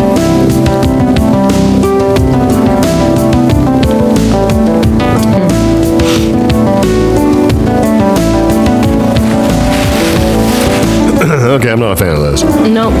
Anyway, welcome back to the podcast. Appreciate you putting up with us as we took a break so we could have more of the mukbang. Mukbang is a sharing of food, conversation. Had to eat another piece of pizza because it's Halloween, and why not?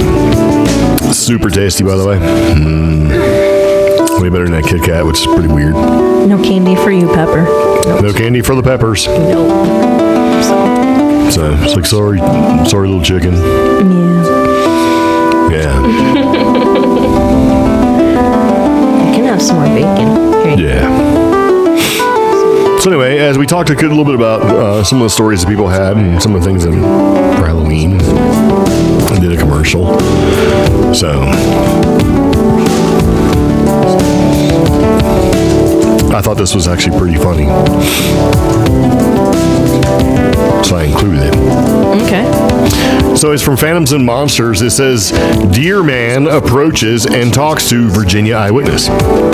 Oh, okay. Yeah. Deer Man? I've never heard of a deer man, so I'm like, oh, what's that? So, kind of goes like this. Paul from Orange, Virginia, which is about an hour south of Washington, D.C., called in to comment about his bizarre encounter that he had. So, and here's what he says. I'm so full of pizza now, right? He said, okay, this happened to me around the fall of 2017. I was out back sitting on the patio having a smoke, having some drinks, and talking to my friend on the cell phone.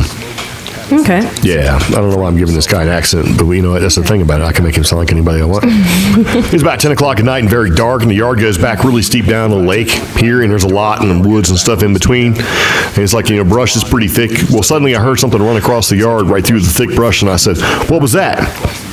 And my friend was like, what? And he said, I don't know. He said, something just ran through the yard. It was big, and whatever it was, to me, I couldn't figure out why it ran from where it ran when it could have just ran down a little further down the road by the lake where it had free run because it's all open down there with no brush. And I said, maybe it's a deer, I guess. But I've never seen a deer here in this spot before. So it seemed like just a weird time for it to be running. And anyway, I kind of forgot about it, and I kept talking to my friend. Okay. Suddenly I hear a noise down by the dock, and I was like, there it is again. And for some reason, my first thought was, there's some kids out there playing around down there. And I don't know why I thought that, but that's the first thing I thought. Anyway, I got up and I went running over to towards the stairs to go down by the dock. And they're steep stairs. And when I get to the stairs, I get to the top of them and I look, and there's this thing running up the stairs toward me. Oh. And I was just in shock. Jimmy asked what he saw. Jimmy's his friend, right? He was like, what is it? He's like, it was a person, but it had a deer head. Okay.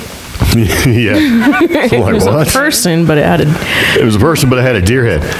So Jimmy asked if it had a human body with the head of a deer, and yes, it did. And it was running up the stairs so fast, it was crazy that it could even move that fast, and it was staring right at me. And I'm just standing there staring at it, and it had red eyes. It actually had red eyes. And one friend said, that means it's demonic. And I said, I don't think it was demonic or anything. Anyway, it ran right up to me. It kept staring me in the eyes, and I was staring right back at its eyes. It's just kind of in shock, I guess. And when it got right up on me, it actually said something, which I don't know what it said. I just remember I knew it said something, like 4 or 5 syllables real fast. Okay. And it seemed like it said words, but I don't know what they were. And then it ran right, and it just kept running, and it ran right by me, and I can see it. I could have touched it. It was within inches from me. And the stairway is only 4 feet across. And Jimmy asked if it was a man wearing a deer head as a prank. See, And that's what people said too. A couple of friends that I told, they said the same thing. Said, I hardly told anybody about this because it was just the craziest thing I've ever seen. And that's what someone suggested. But I said, no. It was moving way too fast. It was like moving so fast that when I thought about it later, it was like a man, but it was running like almost like in a different dimension or something. That's all I could think. I was like, what? This is kind of crazy, right? yeah. So Jimmy asked, and I asked Jimmy what he thought it was. He says, I think it was the being that had a human body and a deer head, and the antlers weren't like the deer around here. They weren't like white-tailed deer. They were more spindly. They were spindly, and they were more, a lot like had more branches than usual. And he goes, I actually saw one of those branches before, so that branch looks like one of those antlers things that I seen. Okay. So Jimmy tells him that his sighting was bizarre and was like, man, yeah. Like I said, I don't even tell my friends about it. Right. And so I can't think of anything. I don't know. He's like, I can't think of anything else like that could have triggered it or caused it. And the next night I was standing at the top of the stairs, and it's nighttime and it's dark, and I was like, I had goosebumps all over me. Mm-hmm. And I was like calling to myself. I was like, hey man, Paul, you're just being a wimp, right? But you're gonna walk down these stairs and go to the dock. And I'm standing there and looking down these stairs, and I went, no, I'm not. But I'm okay with that. So I went out and slept on the dock over the summer. And man, something did happen one night around 2:30 in the morning. I woke up, I was laying there, and I started to look at my phone, and I went back to sleep, but 50 feet away in the woods, I hear something crashing around, and then I heard it start snorting, like a deer snort. Yeah. And I was like, man, what the? And I just laid there, like, I'm not getting up. I'm not going to go up there. I'm not going up the hill. I'm just going to lay here and be quiet. And I don't know what it was, but it sounded like a deer, and it was big. So when Jimmy asked about the body of the creature, was it human from the neck down? I was like, yeah, I think it was human from the neck down. But to be honest with you, I didn't look down his legs. I just remember staring at his face as it was coming at me. And so Jimmy asked if it was wearing clothes. It's like, no, I didn't notice any kind of clothes. And Jimmy asked if the creature was completely naked. I can't say for sure because, like I said, I didn't look down. I mean, honestly, that thing locked eyes on mine, and I locked eyes on its, and it was kind of dark. So he could have actually just seen somehow a trapped deer that somehow managed to make it onto the dock. I don't think so. Or he just drank, because I'm looking at this very... Yeah, but see, this source was Fade to Black with Jimmy Church, which is actually a pretty good podcast. Yeah. Yeah. I like the way he's like, it was pretty funny. He's like, coming right at me. And I locked eyes with it. Oh, God. No. Yeah. So, see, because I'm looking at this very realistic deer costume right here. See? Okay. I mean, and you can talk through these, because this is just like those unicorn masks that people were in a couple years ago and pranking people with. Yeah. You can clearly talk with these, and you're not muffled or anything. So that's what I'm like. He said he didn't understand it anyway. He just heard it 4 or 5 syllables real fast. Yeah. Everybody's like, wait, was he wearing clothes? How about bath salts? Yeah. Was he on bath salts? Was he naked from the waist down? I don't know.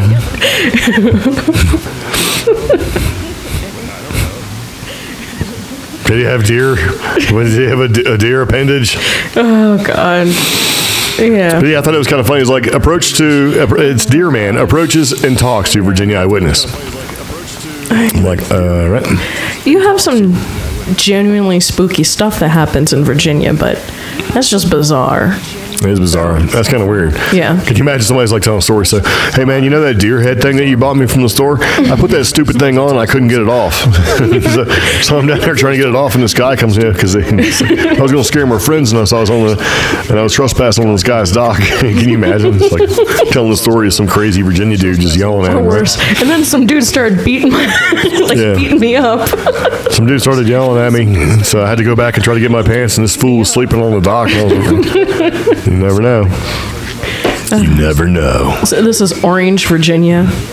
Yeah, this is about an hour or south from D.C., so it's not like it's super rural or anything. So, okay. Yeah. What was it wearing? Clothes? Yeah. Talking about cocaine is a hell of a drug. Demonic deer head person thing. So, yeah. Overalls, a flannel shirt, anything? I don't know. Yeah. Just alcohol. Drugs are bad. But yeah, I thought that was actually pretty funny. So I was like, what? Because the guy's just like, what happened, right? What had happened was. Yeah. So, but yeah, Jimmy is Jimmy Church from Darkness Radio. Oh, okay. So, yeah, there's that. Very nice. Oh, wow. So I was trying to see, what's going on tonight as far as in the world of spookiness and Halloween. In a world with spookiness and Halloween, Yeah. one man in a deer head. And the only thing I could really find that's new or invigorating is the myth of poisoned Halloween candy. Oh, here it comes again. I found this AK-47 in my kid's candy. Make sure you check it first, right? Yeah, well, this actually goes into that. Poison, pins, needles, and Halloween candy, it's probably all a hoax. Of course it is. Yeah. And it seems to start with an urban legend or a neighbor of a friend or something. This apple is full of razor blades. Yeah, and then it turns into actually getting reported as real news. Yeah. So the credibility of these things has yet to actually be, verified. And we're going all the way back to the 80s when I was a kid. And I remember the local news did an article or, did something on TV about razor blades being in apples and in boxes of raisins. So then that... But you know what? Nobody died from the eating raisins. Like nobody, right? Well, that year... Like, how did they even know? Yeah. It was weird, though, because that exact year, my mom took every single piece of fruit we got from us, as well as every box of raisins, because she was just convinced, because if it's on TV, it must be true. Yeah. And granted, I have never liked raisins, but, Well, I mean, and that's just part of it, though. Yeah. Because I mean, what if it really is real? I mean, you're thinking about it, you're like, oh, whatever, that ain't real. But what if it is? So you got to check it. You know what I mean? But I threw a fit because this person gave me a really, really nice apple. It was just a very pretty apple. Yeah. Granted, I could have fallen into some sort of fairy tale. Or you could have ate a razor blade. Eaten the apple and fallen asleep like some Disney tale. Yeah. Or, there could have been a razor blade. But I always like the ones that it's like... It was an old lady who gave it to me. No, but they're like, check your kids' Halloween candy because it might have weed in it or meth. What drug addict, what pothead, what meth head is going to give away their drugs to kids? Yeah. You think they're going to share? They paid money for that. They're not going to give it up. Do you know how much edibles cost? I mean... No, I don't. Well, okay, so I did some research. 3 pieces of marijuana edibles candy. Marijuana. Yeah. On average is $27. Yeah, you going to give some little kid $27 worth of weed? No. You know what I mean? It's like, yeah. You know, watch out. They're making Flintstones vitamins look like meth. Yeah. No meth, no person, no. So there you go. But because Wikipedia's got a bunch of these poison candy myths too. The interesting thing is that this fad of saying, beware of the free candy you get or beware of the gifts of strangers actually started around World War II. In recounting things, it's been triggered to older adolescents involved in Halloween and covering houses in toilet paper and handing out bad candy to kids on purpose. Yeah. Another thing was older versions of these myths from the 1950s were about evil, bad people heating up pennies on skillets and then dumping the hot pennies in the outstretched hands of poor little trick-or-treaters. That's some mean crap right there. Like, hold on one second there, little lady. And you through the rays of the lost ark. Yeah. Sort of just brand the palm, with a penny. I mean, because I actually think about that for a second, though. If you were standing there and somebody did that, I mean, how? Is that when you just let kids go by themselves? Because if I was standing there in trick-or-treat and somebody did that, that person would not be alive to tell the story. Yeah. It'd be like, oh, man, did you hear about that? Yeah, I killed that dude. You know what I mean? I'm going to burn my kid. But I guess it was maybe for the older kids or the kids who are old enough to just barely old enough to go trick-or-treat. Oh, so when you had the little butthole kids come on the door, being teenagers, I guess he's just burning them. They probably deserve it anyway. No, because I mean... I've seen kids as young as 8 going trick-or-treating by themselves, Just because their parents are terrible. But that myth evolved into, in the 1960s, it became poison and pins in full-size candy bars. And then a study published in 1993, they were actually trying to find credible reports of poisoned Halloween candy, and they found absolutely none. The worst comes back to 1974. An 8-year-old died after eating pixie sticks laced with cyanide. But the culprit wasn't a stranger handing out the candy to trick-or-treaters. It was the child's father. That doesn't make it any better. Yeah, I know. It's awful. So, but yeah. Hundreds of secondhand reports have been found since 1958 regarding razor blades, poison, pins, and candy. But no, there's no real account of, I could have had that apple when I went trick-or-treating. Well, if it makes you feel any better, for some reason my computer is trying to print something. Why? I don't know. I haven't looked at anything. I haven't asked it to print anything. It popped up the print window and says, we're going to print. Yeah. And it's like, I don't have the print window either. That's what makes it so weird. See? Weird things happen on Halloween. Like, oh, we're going to print and waste all your ink. It's not cool, bro. Not cool. So, yeah. Oh, but the conclusion of this article is that these myths that happen and keep getting retold are actually adults passing on and translating the concept of anxiety and the unknown to children. Yeah. Which is horrifying. It is horrifying. I mean, it's like, okay, when you become a grown-up, you're going to get nervous about things you can't fully understand. Yeah. So let's start with free candy. Yeah. Let's give you anxiety about the dangers of free candy. So, I like this comment. I was a child in the 70s and heard the razor blade and the apple story back then. Yeah, me too. So, but I don't know. That just made me so mad. I lived in San Diego most of my life and never had a razor blade. You mean like as a pet? What do you mean? Well, you see, I don't know. What? It just, the whole razor blade and the candy thing. I mean, I think a lot of it is that they want to scare you, because you can't just get something for nothing. Right? Mm-hmm. So, beware of that candy. You're going to get it for free, but, it might go bad for you. Can't just accept free gifts. There's consequences to that. There might be a razor blade in there. I don't like that at all. Kind of weird. I don't know. Huh. Gross. Better not eat that candy, a bug spit on it. Right? I used to examine my kids' candies for defective ones. Like, let me check that out. Yep, that's defective, and I'd eat it. Yeah. And what they did was they'd bring me the ones they didn't like. Really? Here, Dad, this is defective. Yes, it is. And so that's how I got a bunch of candy. But what the weird thing is, there's little orange and black candies that nobody likes.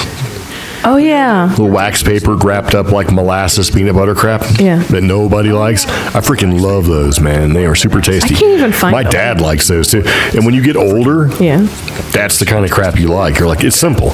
It's just molasses and peanut butter and it tastes great. It's like those bit of honeys and all that stuff that old people eat. When you're a little kid, you'd say, it doesn't taste like Kool-Aid or Pixie Dust or whatever. You didn't like them, right? Mm-hmm. Yeah. When you get older, man. Well, I never liked a lot of the really crazy stuff, like like the sour things that were really popular in the 80s, like the super sour stuff. Yeah. I never got into those. I liked cinnamon. I liked We got mints. people in the comments proclaiming their candy proclivities. I like candy corn. I don't give a, they're like, like circus peanuts. It's like all the bad stuff, right? Yeah. Yeah. Well, because the bad And you like cinnamon stuff? I don't really like cinnamon candy too much. The bad stuff is what always ended up lasting the longest, because you ate all the good stuff first. Yeah. And then for like the next 2 weeks, this pile would dwindle and dwindle down to just like the worst of the worst stuff. Yeah. But then since that's all you'd have left, you'd grow a taste for it. And what I grew a taste for was the little red wrapped cinnamon things. They were shaped just like the peppermints. Oh, yeah. But they were cinnamon. And I developed a taste for those. And man, I haven't had one in a while. Darn. They're pretty good. They're not that This bad. person in the comments says M&M's are the last to go. Is that because you're treasuring them or you don't like them? And think carefully before you answer. So. Hot tamales. Remember those? Ike and Mike's, hot tamales, lemon heads. Yeah. They even had ones that were grape. I can't think what they were called, but they were super tasty if you like the grape stuff. So, yeah, Halloween candies are delicious. So there you go. What is your worst or best Halloween treat that you like? Me? Yeah. Well, I used to get Heath toffee bars. Those little ones, the little bite-sized ones, those were my favorite. Those are pretty tasty. Yeah. We have somebody apologizing. Sorry, just got back with 4 of the 5 from TOT. I guess that means trick or treating. Yep. Well, I mean, you got like 9 kids. Would you stop? It says, well, okay, 4 of the 5. All right, I got it. The littlest one probably couldn't go. Well, I mean, sometimes that happened where, you know, like in my neighborhood, when I was growing up in Navy housing, right? Yeah. There were some parents that they didn't, their dads were out to sea or whatever. So mom's giving out candy and you just like, you know, can they go with you? And you just, you know. Yeah, my mom did that. Yeah, you wanted like chaperoning like 5 or 6 kids to making sure they got candy and stuff. Yeah. So it was weird. I mean, it was kind of a weird neighborhood to live in, but a lot of people helped each other, which I thought was pretty good. So, like my dad, you know, anytime if your bike was broken or anything like that, you know, there's always like neighborhood dads that would do. On every block, there was a neighborhood dad that would fix something for you. So yeah, so if your bike was messed up or whatever, if you seen them, you know, you go and ask them, and they go, well, I don't really have time. Well, come here, and they would fix it for you and send you on your way, which was kind of a good thing. You know, when you grew up that way, it was just kind of a thing. You know, like my dad would fix everything for little kids when they come by. Yeah. And there was a guy, I can't think it was started with F, Mr. Farrell or something like that. This guy would weld. Oh. Yeah, because he was a welder in the Navy. So when we broke bicycles pretty severely or whatever, a little bit older, you'd find him and you'd say, hey, and he'd weld your stuff. Wow. It was weird, man, because back when the BMX bikes got really big and everything became aluminum instead of steel or whatever, and you broke those aluminum handlebars, they were expensive, man. So you get, I think it's Frizzell. You would talk to Mr. Frizzell, and he would weld that for you because he could weld aluminum. You know, be like, all right, and he'd take just a couple minutes and do it for you. So it was kind of cool. So here's a question. I'm answering them now. Do they hand out weed-laced candy in Colorado? Asking for a friend. Probably not, because, you know, like the other response to that is like they wouldn't waste that on the kids. If it's like $30, no way, man. Yeah. That's more than a big old bag of candy. Like $17. So. Yeah. Well, okay, so it's approximately $12 a gram here. In Colorado, it's about 10. So $10 a gram. That doesn't count distillates and edibles and oils and things like that. Distillates. Distillates, yes. So, which are even higher priced, depending on the quality. Yeah. No, why would you waste that on kids? A lot of money. Yeah. Like here, you take your little dirt candy and get out of here. You stupid looking ghost. So. Look, yeah. Yep. Cool. What? Kids get skunk weed Yeah. for Halloween.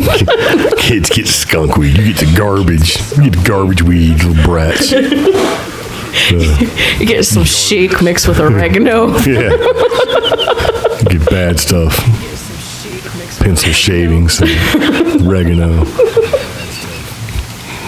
I watched this kid in junior high school trying to sell that stuff to some big old football player, and this kid was just amazed when that football player just popped him right in the eye, man. He was all mad, but like indignant about the whole thing. I can't believe you did. It's like, okay, I see you're not too smart. Yeah. He was pretty dumb. Oh, that's a Halloween story I got.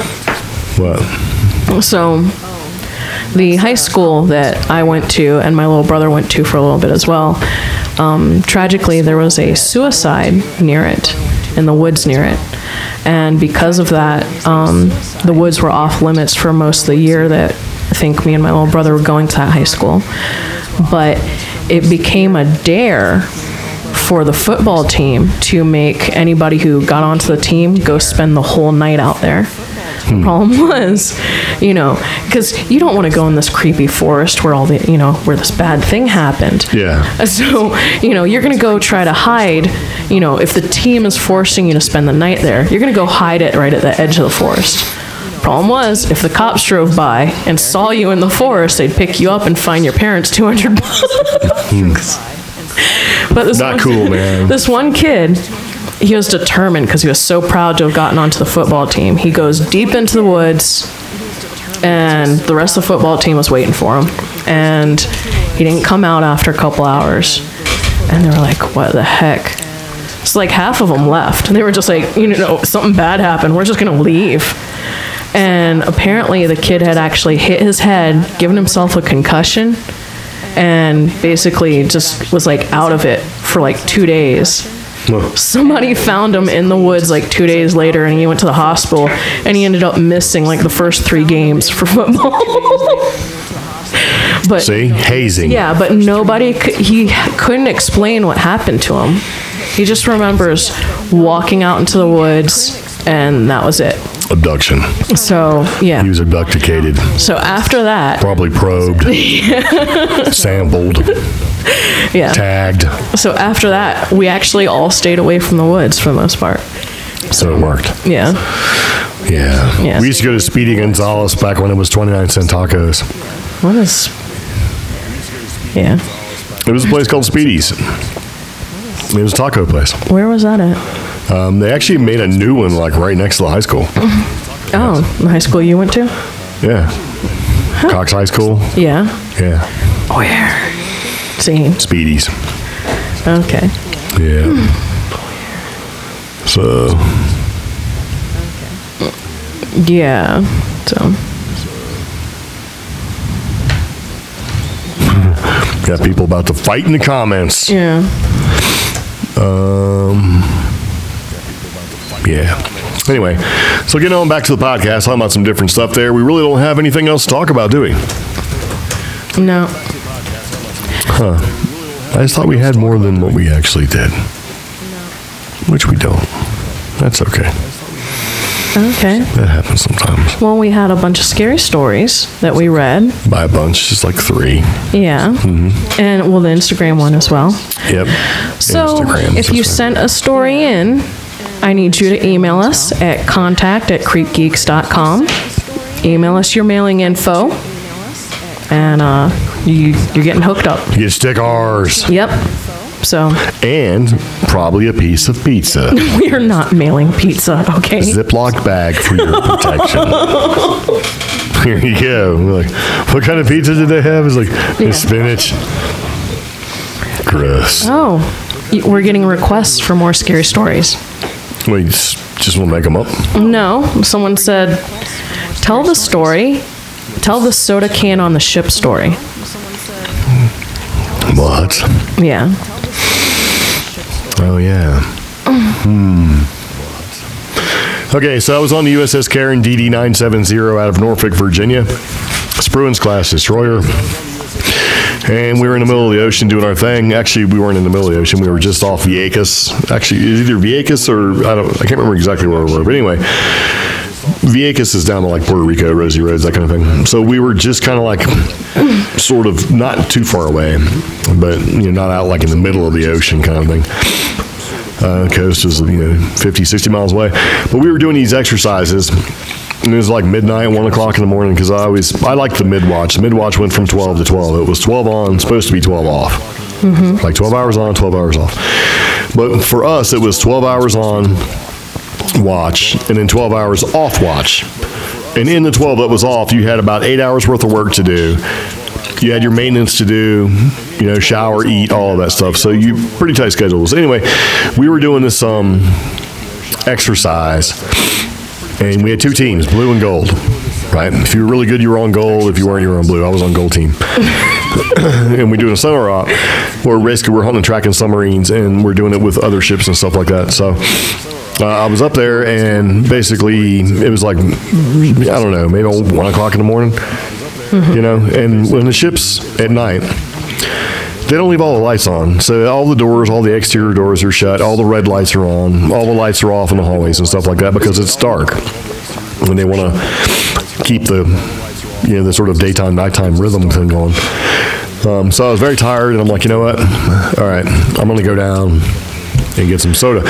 So I took a list, because you can't just walk out and off watch to go get a soda. You got to make a run, right? Call it a soda run. Yeah. So I got one of our confidential burn bags where we put all of our confidential material in. It has to be burned, because my rate, anyway, we had clearance and all that stuff. Yeah. And I took a list. And so I took a list and gathered the money because the sodas were expensive. They were like 30 cents. because they, of what everybody wanted, like Mountain, So I figured it all out: 10 Mountain Dews, 3, and I was going to get about 15 sodas because I'm like, man, I only wanted to buy like 2 or 3 because I was in Sonar, and it's like, oh, well, here you should go out to Combat, see if anybody else wants a soda. I'm like, oh, come on. So, and we had riders on board because they were evaluating us for this exercise where during a Sonar op, at the time we were one of like 2 ships to actually track two Los Angeles class submarines with our tail towed, or basically towed array, deployed as we were doing an underway replenishment. So it was kind of a big deal. But anyway, so I was very tired. Got the list. I'm like, man, I'm going to be down here forever. So got all the change and stuff. I go down, and I'm on my ship. And I go down to the P-Way, and we have 2 P-Ways on a Spruance class destroyer. You have a port side and starboard side, right? They run down the side of the ship in the inside. Our soda machines were located technically on the starboard side, but as you were looking down towards the back of the ship, it'd be on your left. So, and the way it works is you have to open a door, you step through it, and you dog the door all the way down, means completely shut it. Mm-hmm. And then, that's how you transgress through these passageways. Well, if you came down and you went into the first passageway on the left-hand side, as you were looking at that, technically would be the starboard side. Open up the door, dog it all the way down, and there were the soda machines. And we had, we had a couple. We had 2 in this one part of the P-way or passageway. It skipped a section, then we had 2 more at the back, which is kind of dumb, but that's just the way it was. And in one of these, machines, you could get like almost all the drinks, but somebody wanted root beer. And root beer was at the one that was all the way at the back. So I'm like, oh, come on, man. So I went and got all the way to the back, open the door, dog the door, open the door, step through, dog the door, go to the next door, open the door, step through, dog the door, to get this one root beer. And I got the root beer. And then I had to go back because I figured it'd be, then we go further out, and then I'll grab all the Mountain Dews and Pepsis and everything else. So I get the Mountain Dew, I get the root beer, I go back, and I step to the door and dog it down. I go to the soda machine. The forward door, which is now in front of me, is already dogged down. I'm looking at the passageway. I'm looking at the soda machine. The soda machine is like, there's just enough room to have the soda machine there and maybe one person to slide through. Yeah.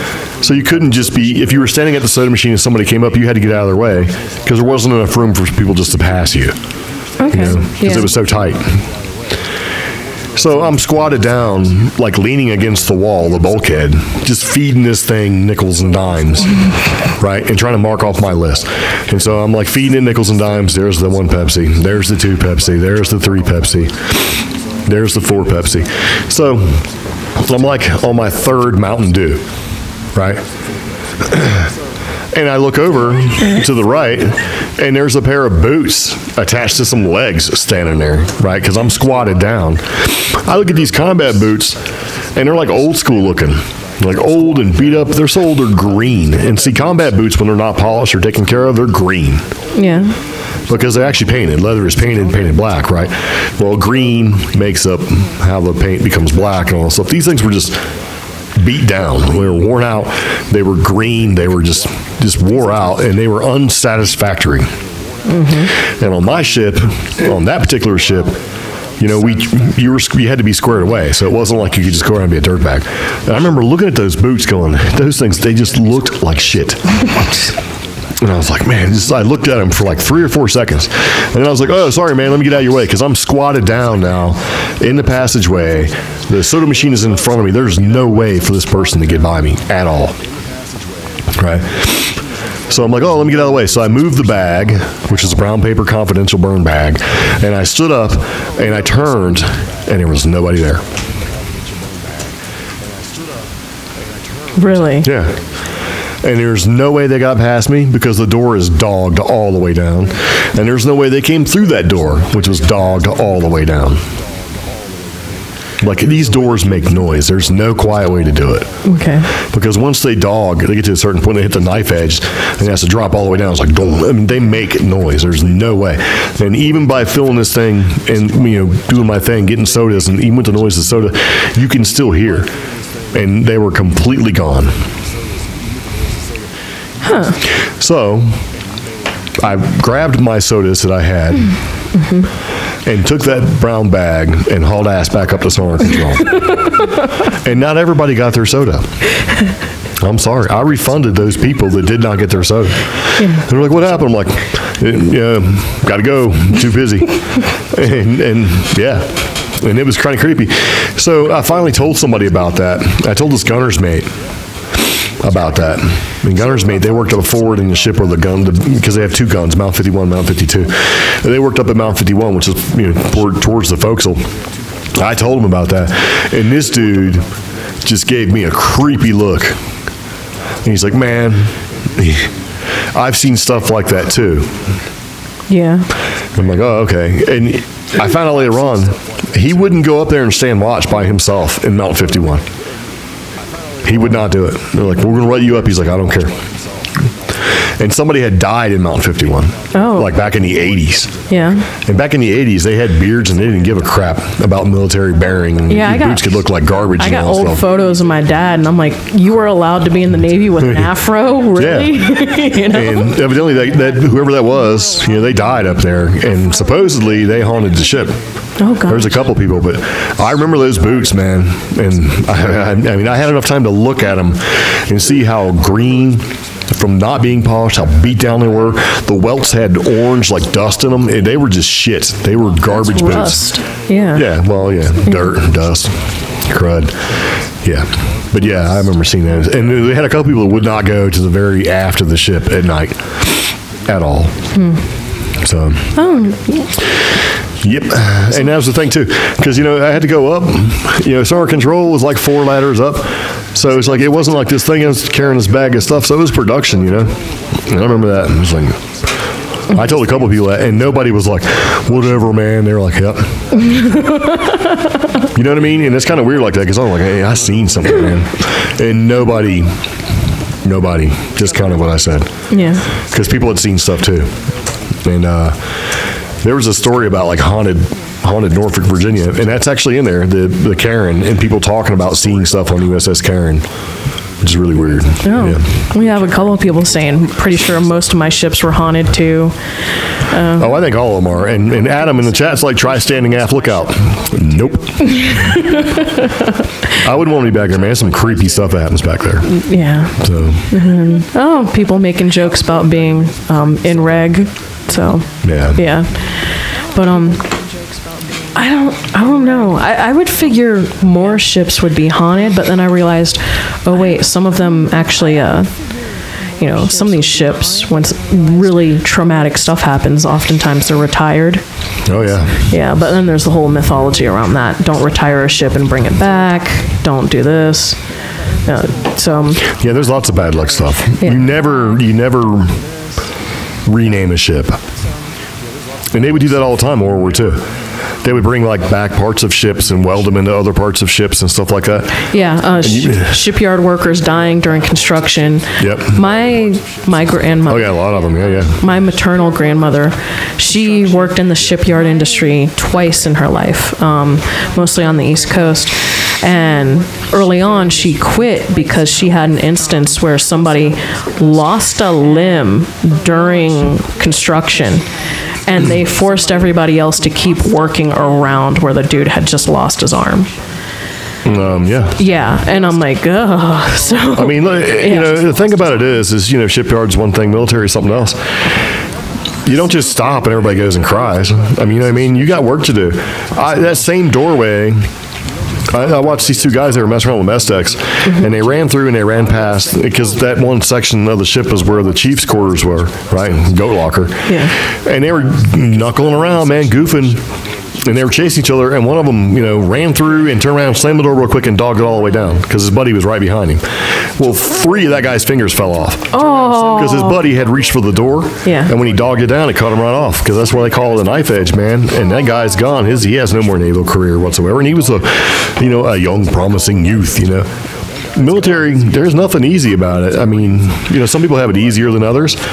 But none of it's there for your comfort, That's like your brother talking about losing people. And that's like every deployment we did, we always had to go and try to find somebody who got blown overboard, jumped overboard, Yeah. Lost at sea. What is that noise coming from? I don't know. That's weird, man. Lost at sea. Is that? Who is that? I have no idea. I don't know where that's coming from. Weird, man. You start talking about the military dead, and they let you know. Oh, one of our listeners is dipping out. Good night, Brian, and thank you for sharing your story with us. Yes. Again, be sure to contact us. contact@creepgeeks.com.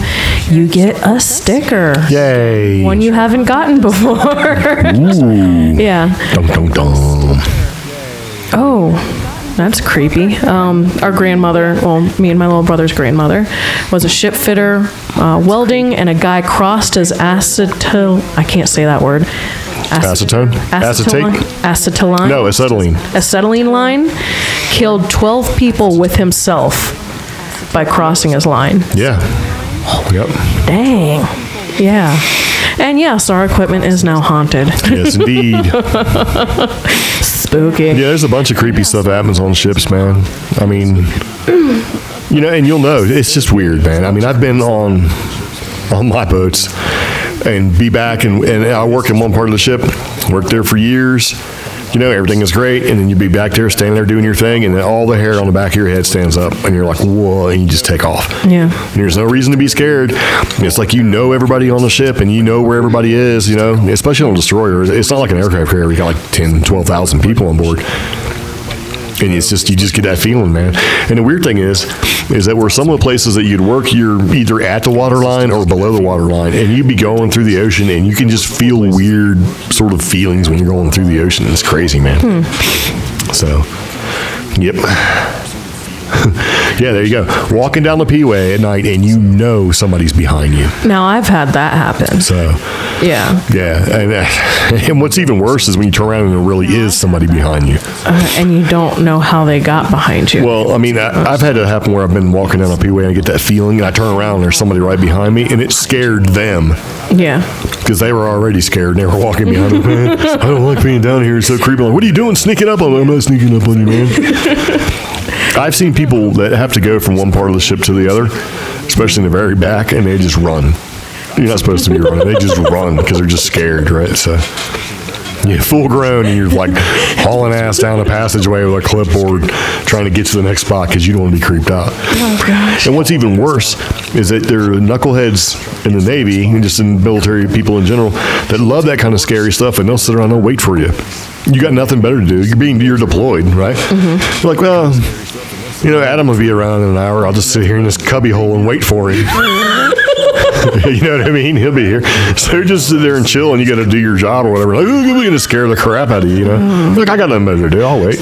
That reminds me of, there's a hospital in Virginia, Portsmouth Naval Hospital on base. That's where Brittany was born. Dun, dun, dun. That place is haunted as heck. Yeah, the old hospital, definitely. Yeah, granted, they built up a whole new hospital, but there's still the old stuff. And it's funny because the old stuff is where... That's the same thing with Balboa. Yeah, And, which is where I was born. Yeah. Yeah, or wait. My brother was born at... Was my brother born at Balboa? No, you were born in Balboa. He was born at Tripler. So, yeah. But, Portsmouth Naval, as they started to transition and become a more modern hospital, they moved some of the more severe things or some of the very specialized things into the old hospital.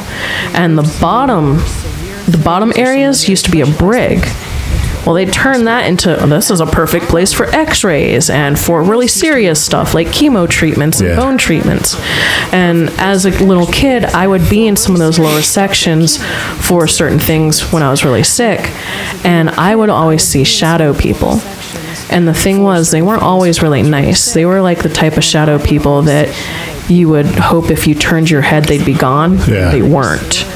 Or it would be a shadow person, and the person pushing my wheelchair at the time would sense them too and start pushing us faster so we'd get to some place with bright lights. And I had something like that happen. I was really, really sick. The attending for me was pushing my wheelchair for some x-rays, and we just felt very creeped out. I turned around, I thought I saw something.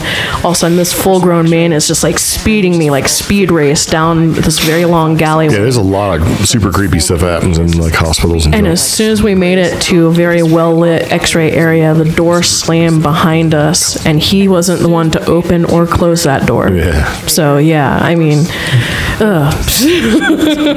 Nope. Yeah. So, yeah. Super creepy. Yeah. Oh, wow. Yeah. So there you go. We got a bunch of Navy babies. Norfolk, Balboa, Crippler, Ford Island, and Pearl Harbor. Very nice.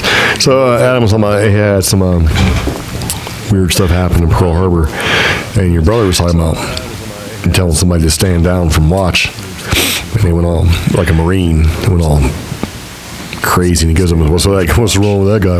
And wasn't nobody there. Oh, that's creepy. Yep. Oh God. Well, we should write a book or do a whole episode on like haunted military. I've had a couple things, man. In my first ship, I went back to aft steering to go drop an expendable bathyothermograph. Yeah. And I opened up the door, and there was a guy sitting in a chair at the very back of the ship. Right, a little office chair. And I turned around to shut the door all the way because I wasn't for sure if anybody was behind me or not. And I turned around, and that guy was gone. Oh, gosh. Yeah. And I was like, huh. And I just thought they were messing with me, right? Because aft steering, you got an aft steering. There was a watch back there.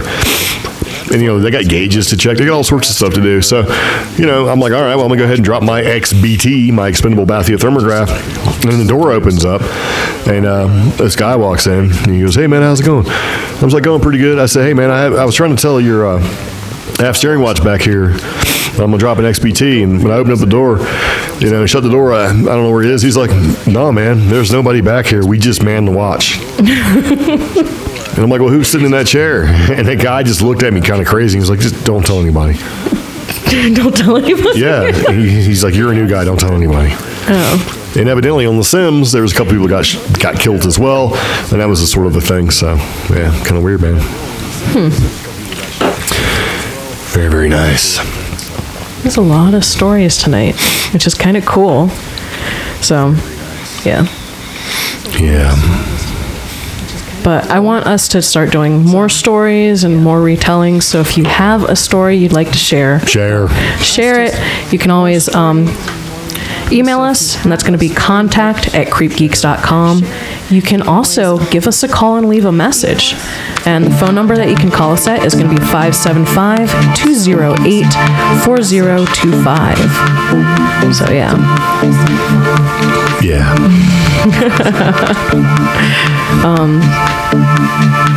And that's pretty much it.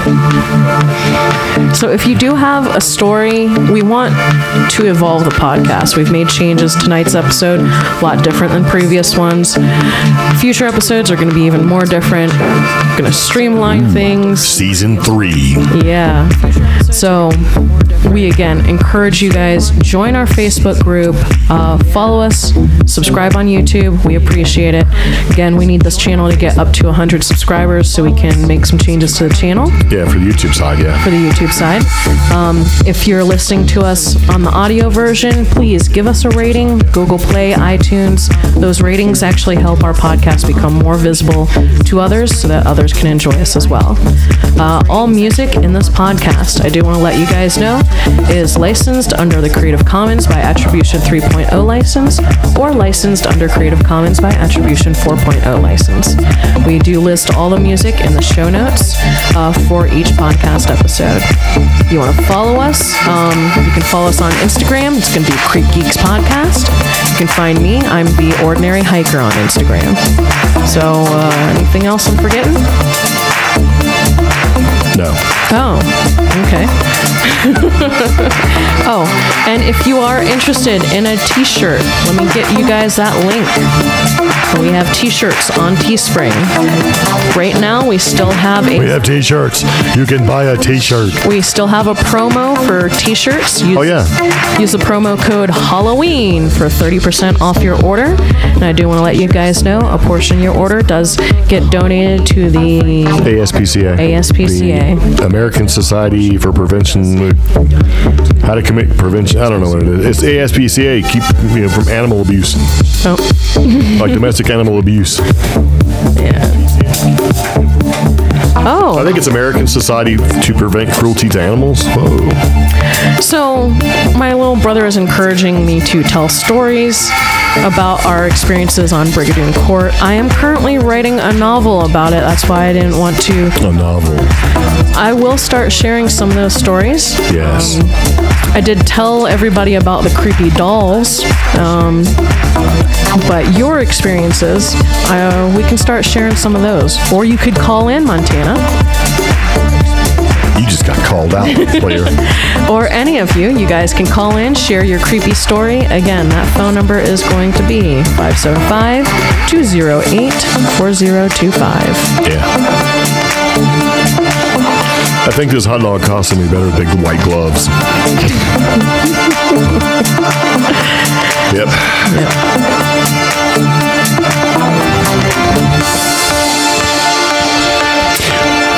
Excuse me. All right, so thank you very much for tuning in to Cheap Geek Podcast. I think this is where we're going to end it tonight. All right. Because it's probably really late for some people, not quite late for other people. Everybody's got things to do, but we do really appreciate you tuning in to CreepGeeks Podcast. And so it begins. We're going to start our third season, episode number 101, with this weekend. So thank you very much for everybody who tunes in and listens. It's very much appreciated. You're invited and welcome anytime. So contact us, talk to us. We're open to all that sort of thing. And if you're listening to the audio podcast, thank you very much. We really do appreciate that as well. And when you join us live and listen to us and watch us live, participate, that's golden, man. Yep. So very, very nice. If you have any questions, comments, concerns, just let us know. But I think this is probably where we're going to end it. Got to end it somewhere, so we're going to end it here. Okay. Very nice. So, any questions, comments? And good night, everybody. It was good seeing you, talking to you. So, yeah. So, see you later. Take it easy. Bye-bye.